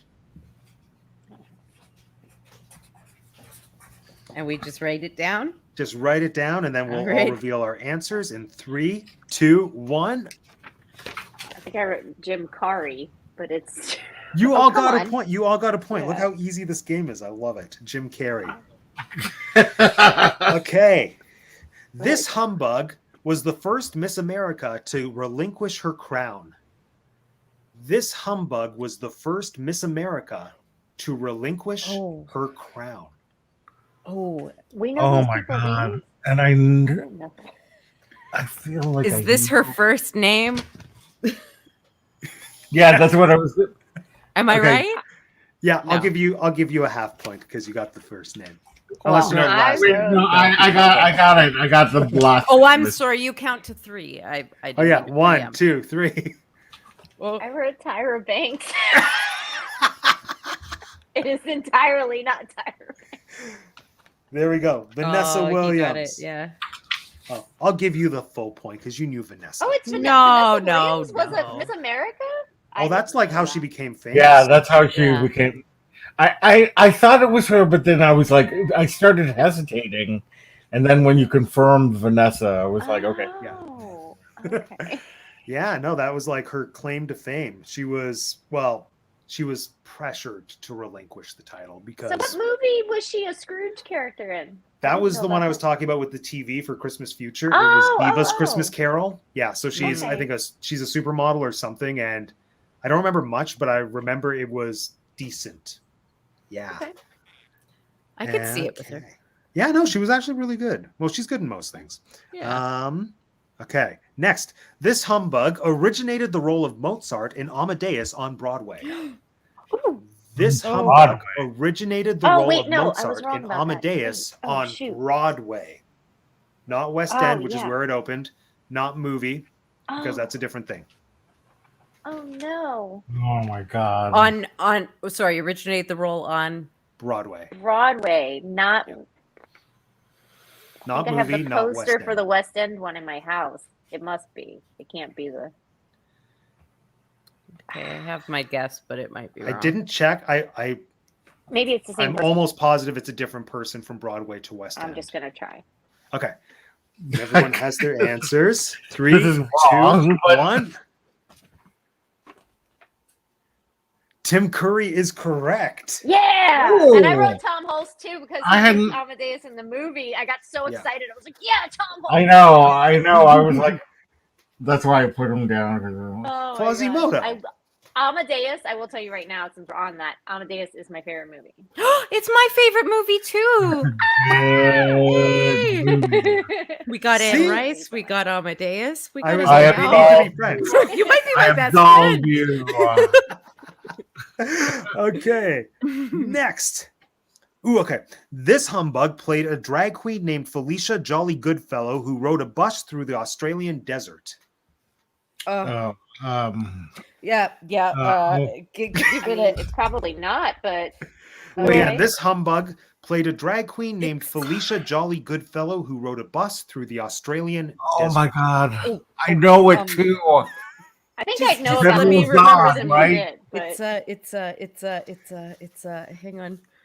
Oh, yep. I feel like I'm definitely wrong if everybody's taking this hard to think about it.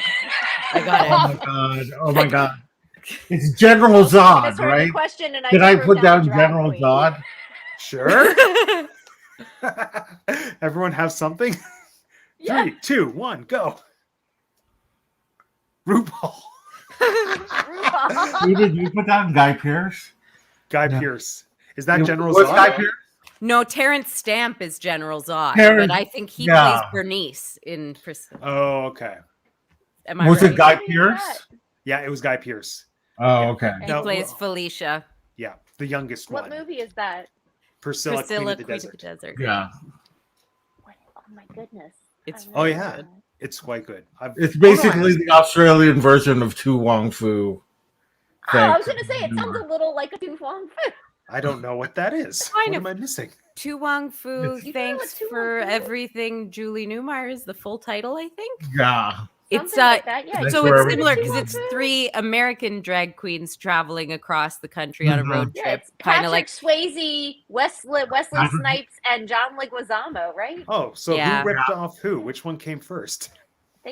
I think feel Uh, like Tu the Wong Fu. Australian Like- version came first. Okay. yeah, Yeah. I think so. That was first, and then they adapted it for For the United American States. audience. Mhm. Damn American remakes. All right. Next, this humbug voices Sideshow Bob in The Simpsons. Well, Oh God. This humbug voices Sideshow Bob in The Simpsons. Is it? I mean, it has to be. Right?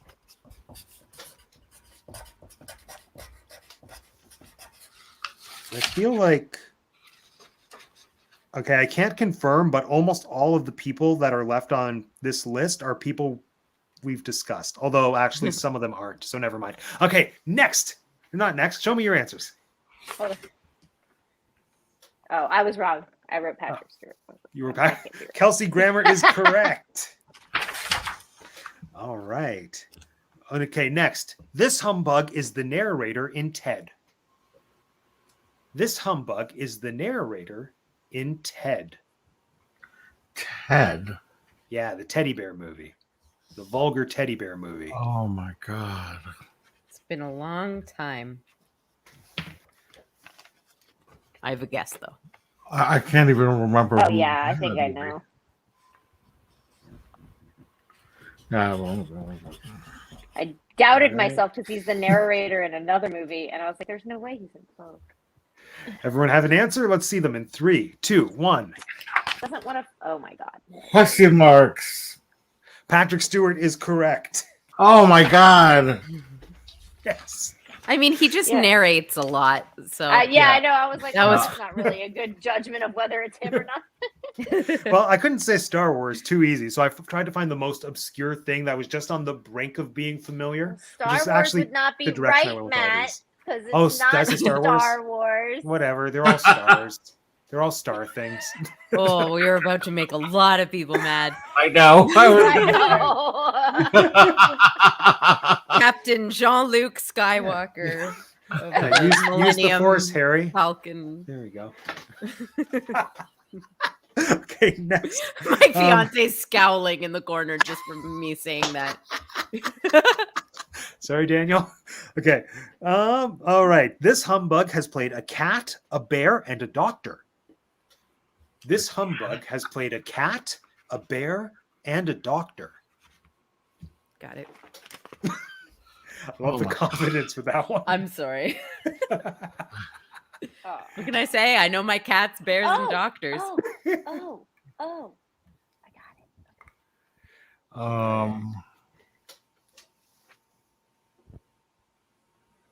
I don't know. Believe in you, Lauren. Ready, everyone. Answers in 3, 2, 1.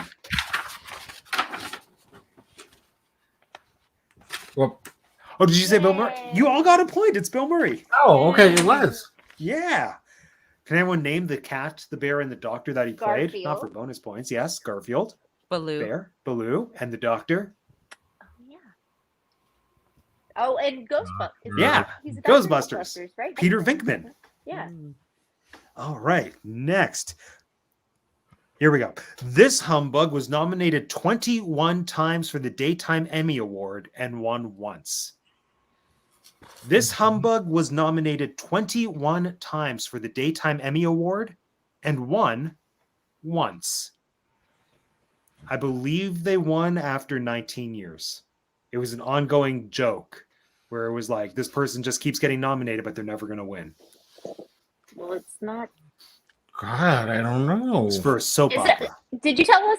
Did you tell us if this is a guy or a girl? I just said it was a humbug. Okay. Well, then I think It's I an know. insect. It's a humbug. I didn't know this person played Scrooge, but Ooh. that's who I think it is. All right, everyone have an answer? No, hang on. No? Okay.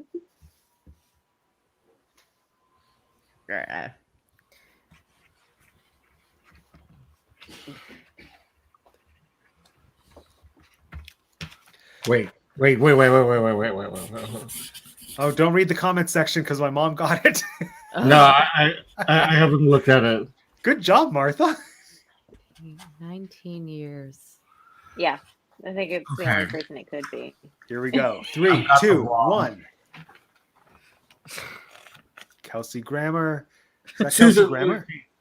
Susan. I- Oh, Erica Kane. I put Susan. down Erica Kane, which is her character's name. Who Oh, is that her it? Is it character's Kelsey name? Grammer? Yeah, do I get a Lucci. half a point for that? Yeah, no, it's Susan Lucci. It was When really. was she Scrooge? She was Scrooge in another made-for-TV movie called, I think it's Ebby. Yeah, and she's the owner of a Wow. department store.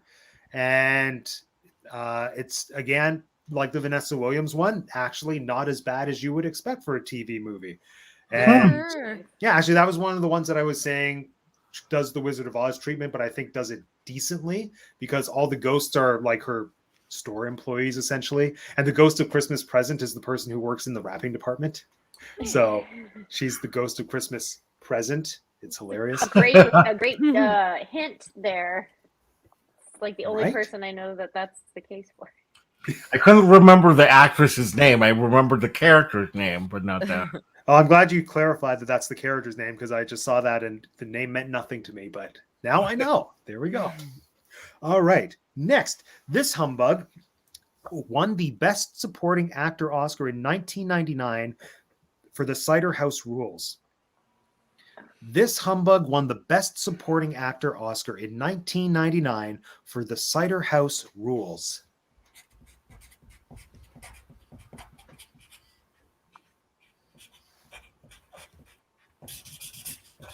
I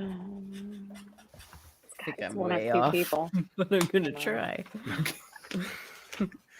I believe in you all. This might just be dream casting on my part. Ready? And 3, 2, 1, go. Oh my gosh. I wish Kevin Kline had played. I wish it That was would Michael be Caine, but amazing. now I just want I don't even know if he's in the cider house. I'm just like Kevin Kline in that. He needs to play Scrooge. Why hasn't that I happened think yet? so. Let's Oh do my the gosh. thing where he plays every character like Jim Carrey, except Yeah. it's all Kevin Kline. They're all Kevin Kline. I would be on board for that for any movie. Kevin Yeah, Kline is I agree. amazing. Yes, just all Kevin Kline. All right. Next, this question is worded awkwardly, but when you hear the answer, it makes sense. This humbug has been played by David Tennant, but not in Christmas Carol. This humbug has been played by David Tennant, but not in Christmas Carol. What? I probably should have made this the bonus question. Uh-huh. Is this isn't the last one, is it? No. No. This is the last one of like the 10 proper questions. Then we have the bonus question. Okay, let's try. What is...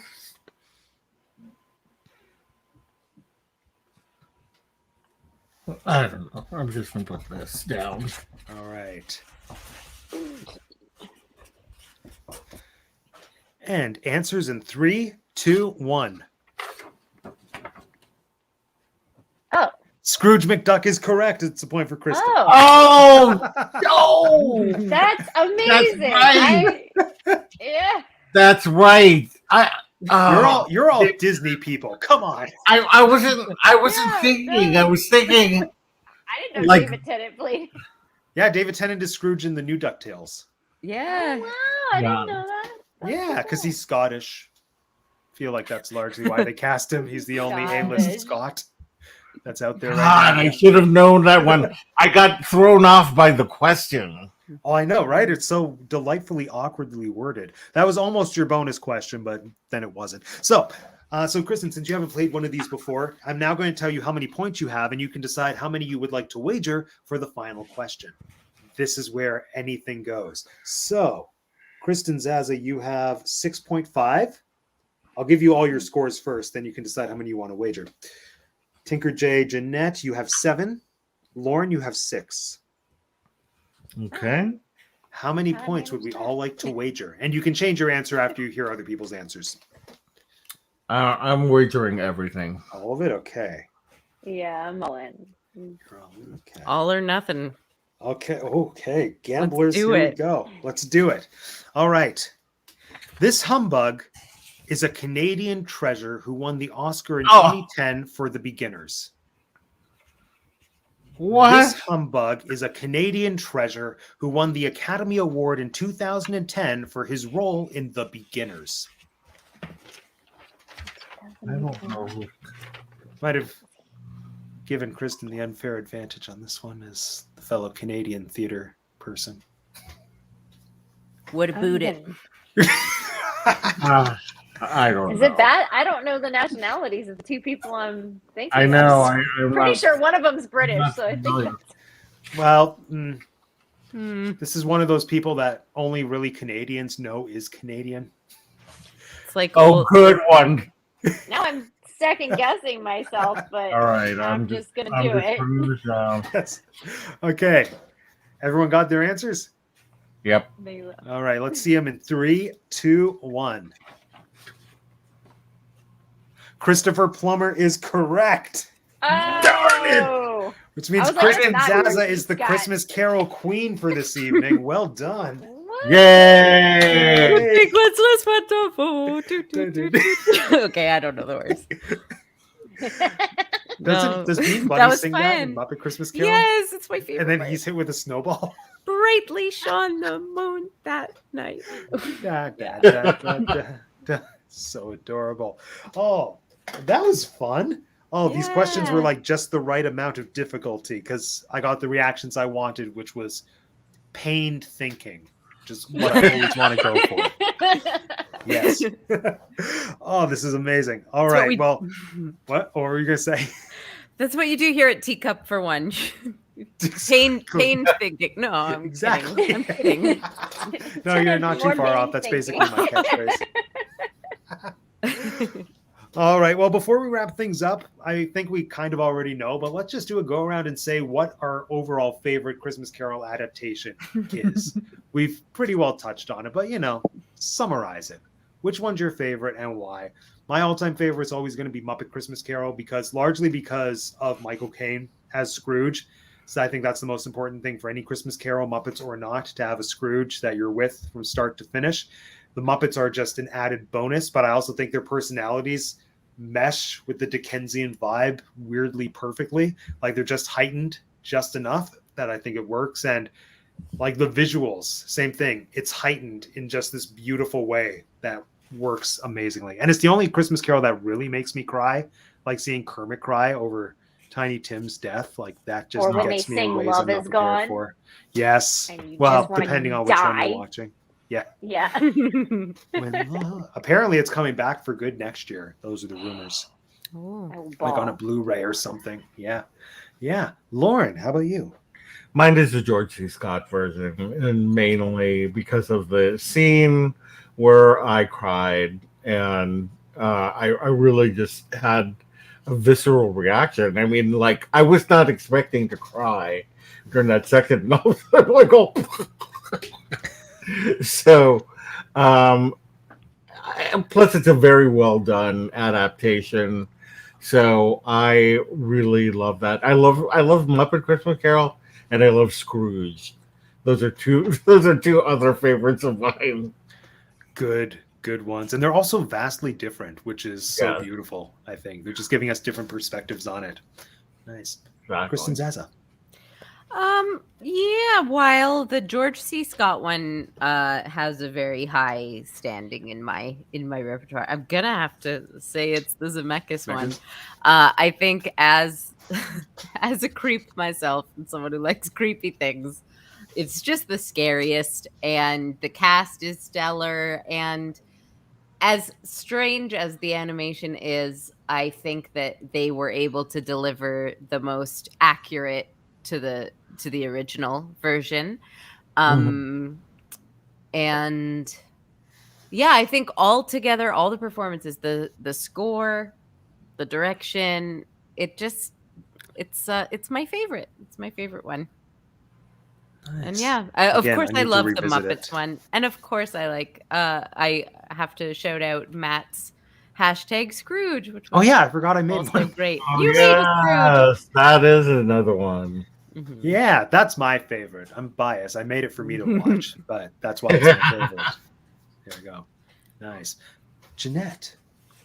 Well, let me start by saying we did not say who our favorite Bob Cratchit is, and I think we all know who You're the best right. Bob Cratchit is.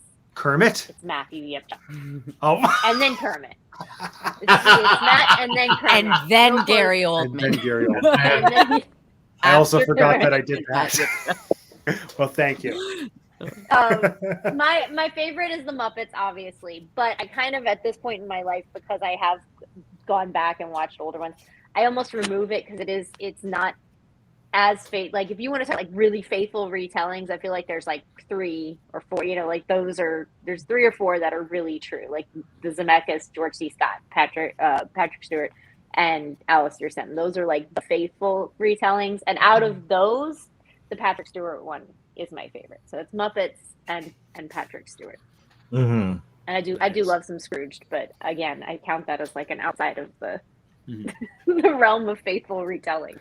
Mhm. So it would be Muppets and Patrick Stewart. I keep wanting to say Patrick Bateman, and that's a different Christmas. That's a different Carol. thing. That's I would see that though. I would. Sit to be a square. Do. Oh, and I feel like I want to give a shout out to the Reginald Owen one, which I haven't seen in recent memory, but I remember liking it. It's from the 30s. If memories, wow, she looked really shocked. Then she disappeared. I know. You're like, I can't take this anymore. Reginald Owen, no, too far.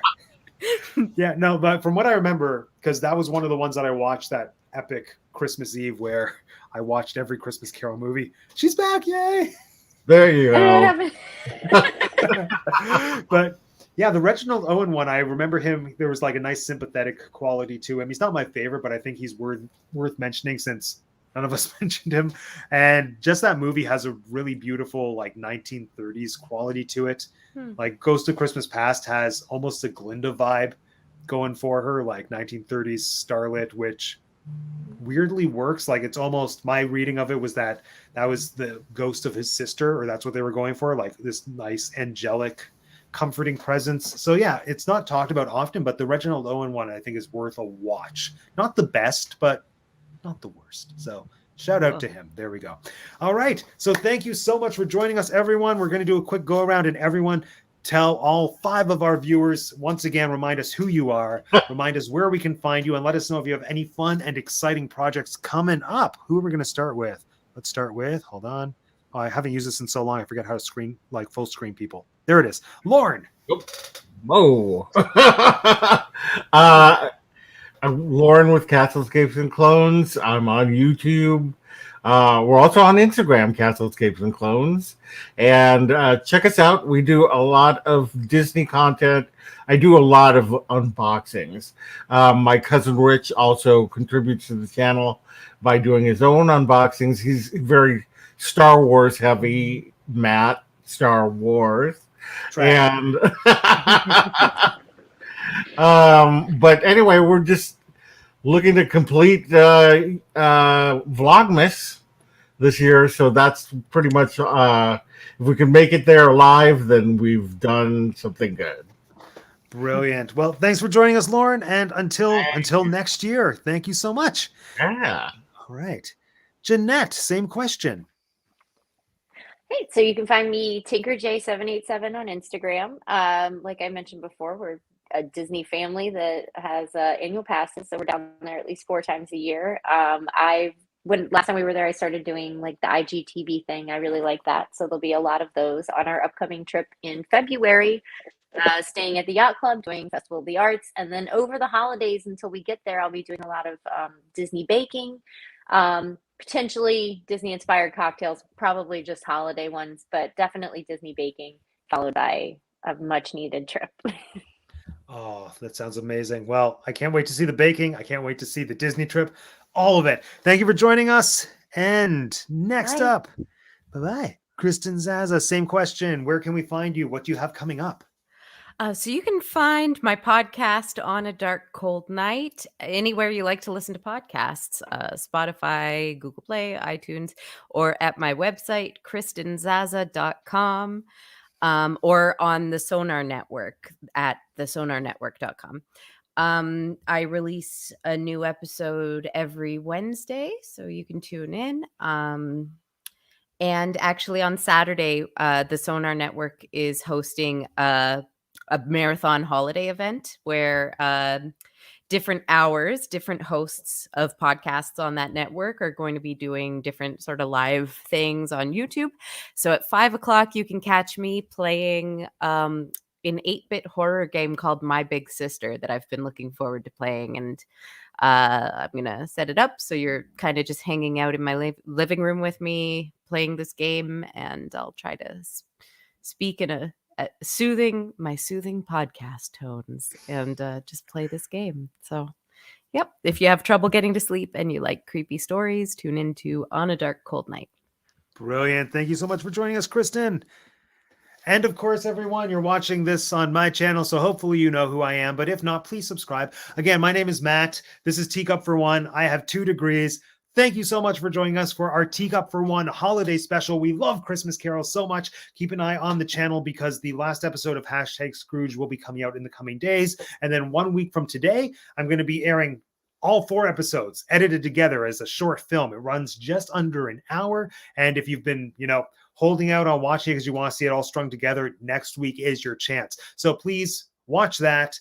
Subscribe to all the wonderful folks who were here on the talk tonight. And yes, Merry Christmas, Happy Holidays. This has been the Teacup For One. That's it. Go away now. How do I end this?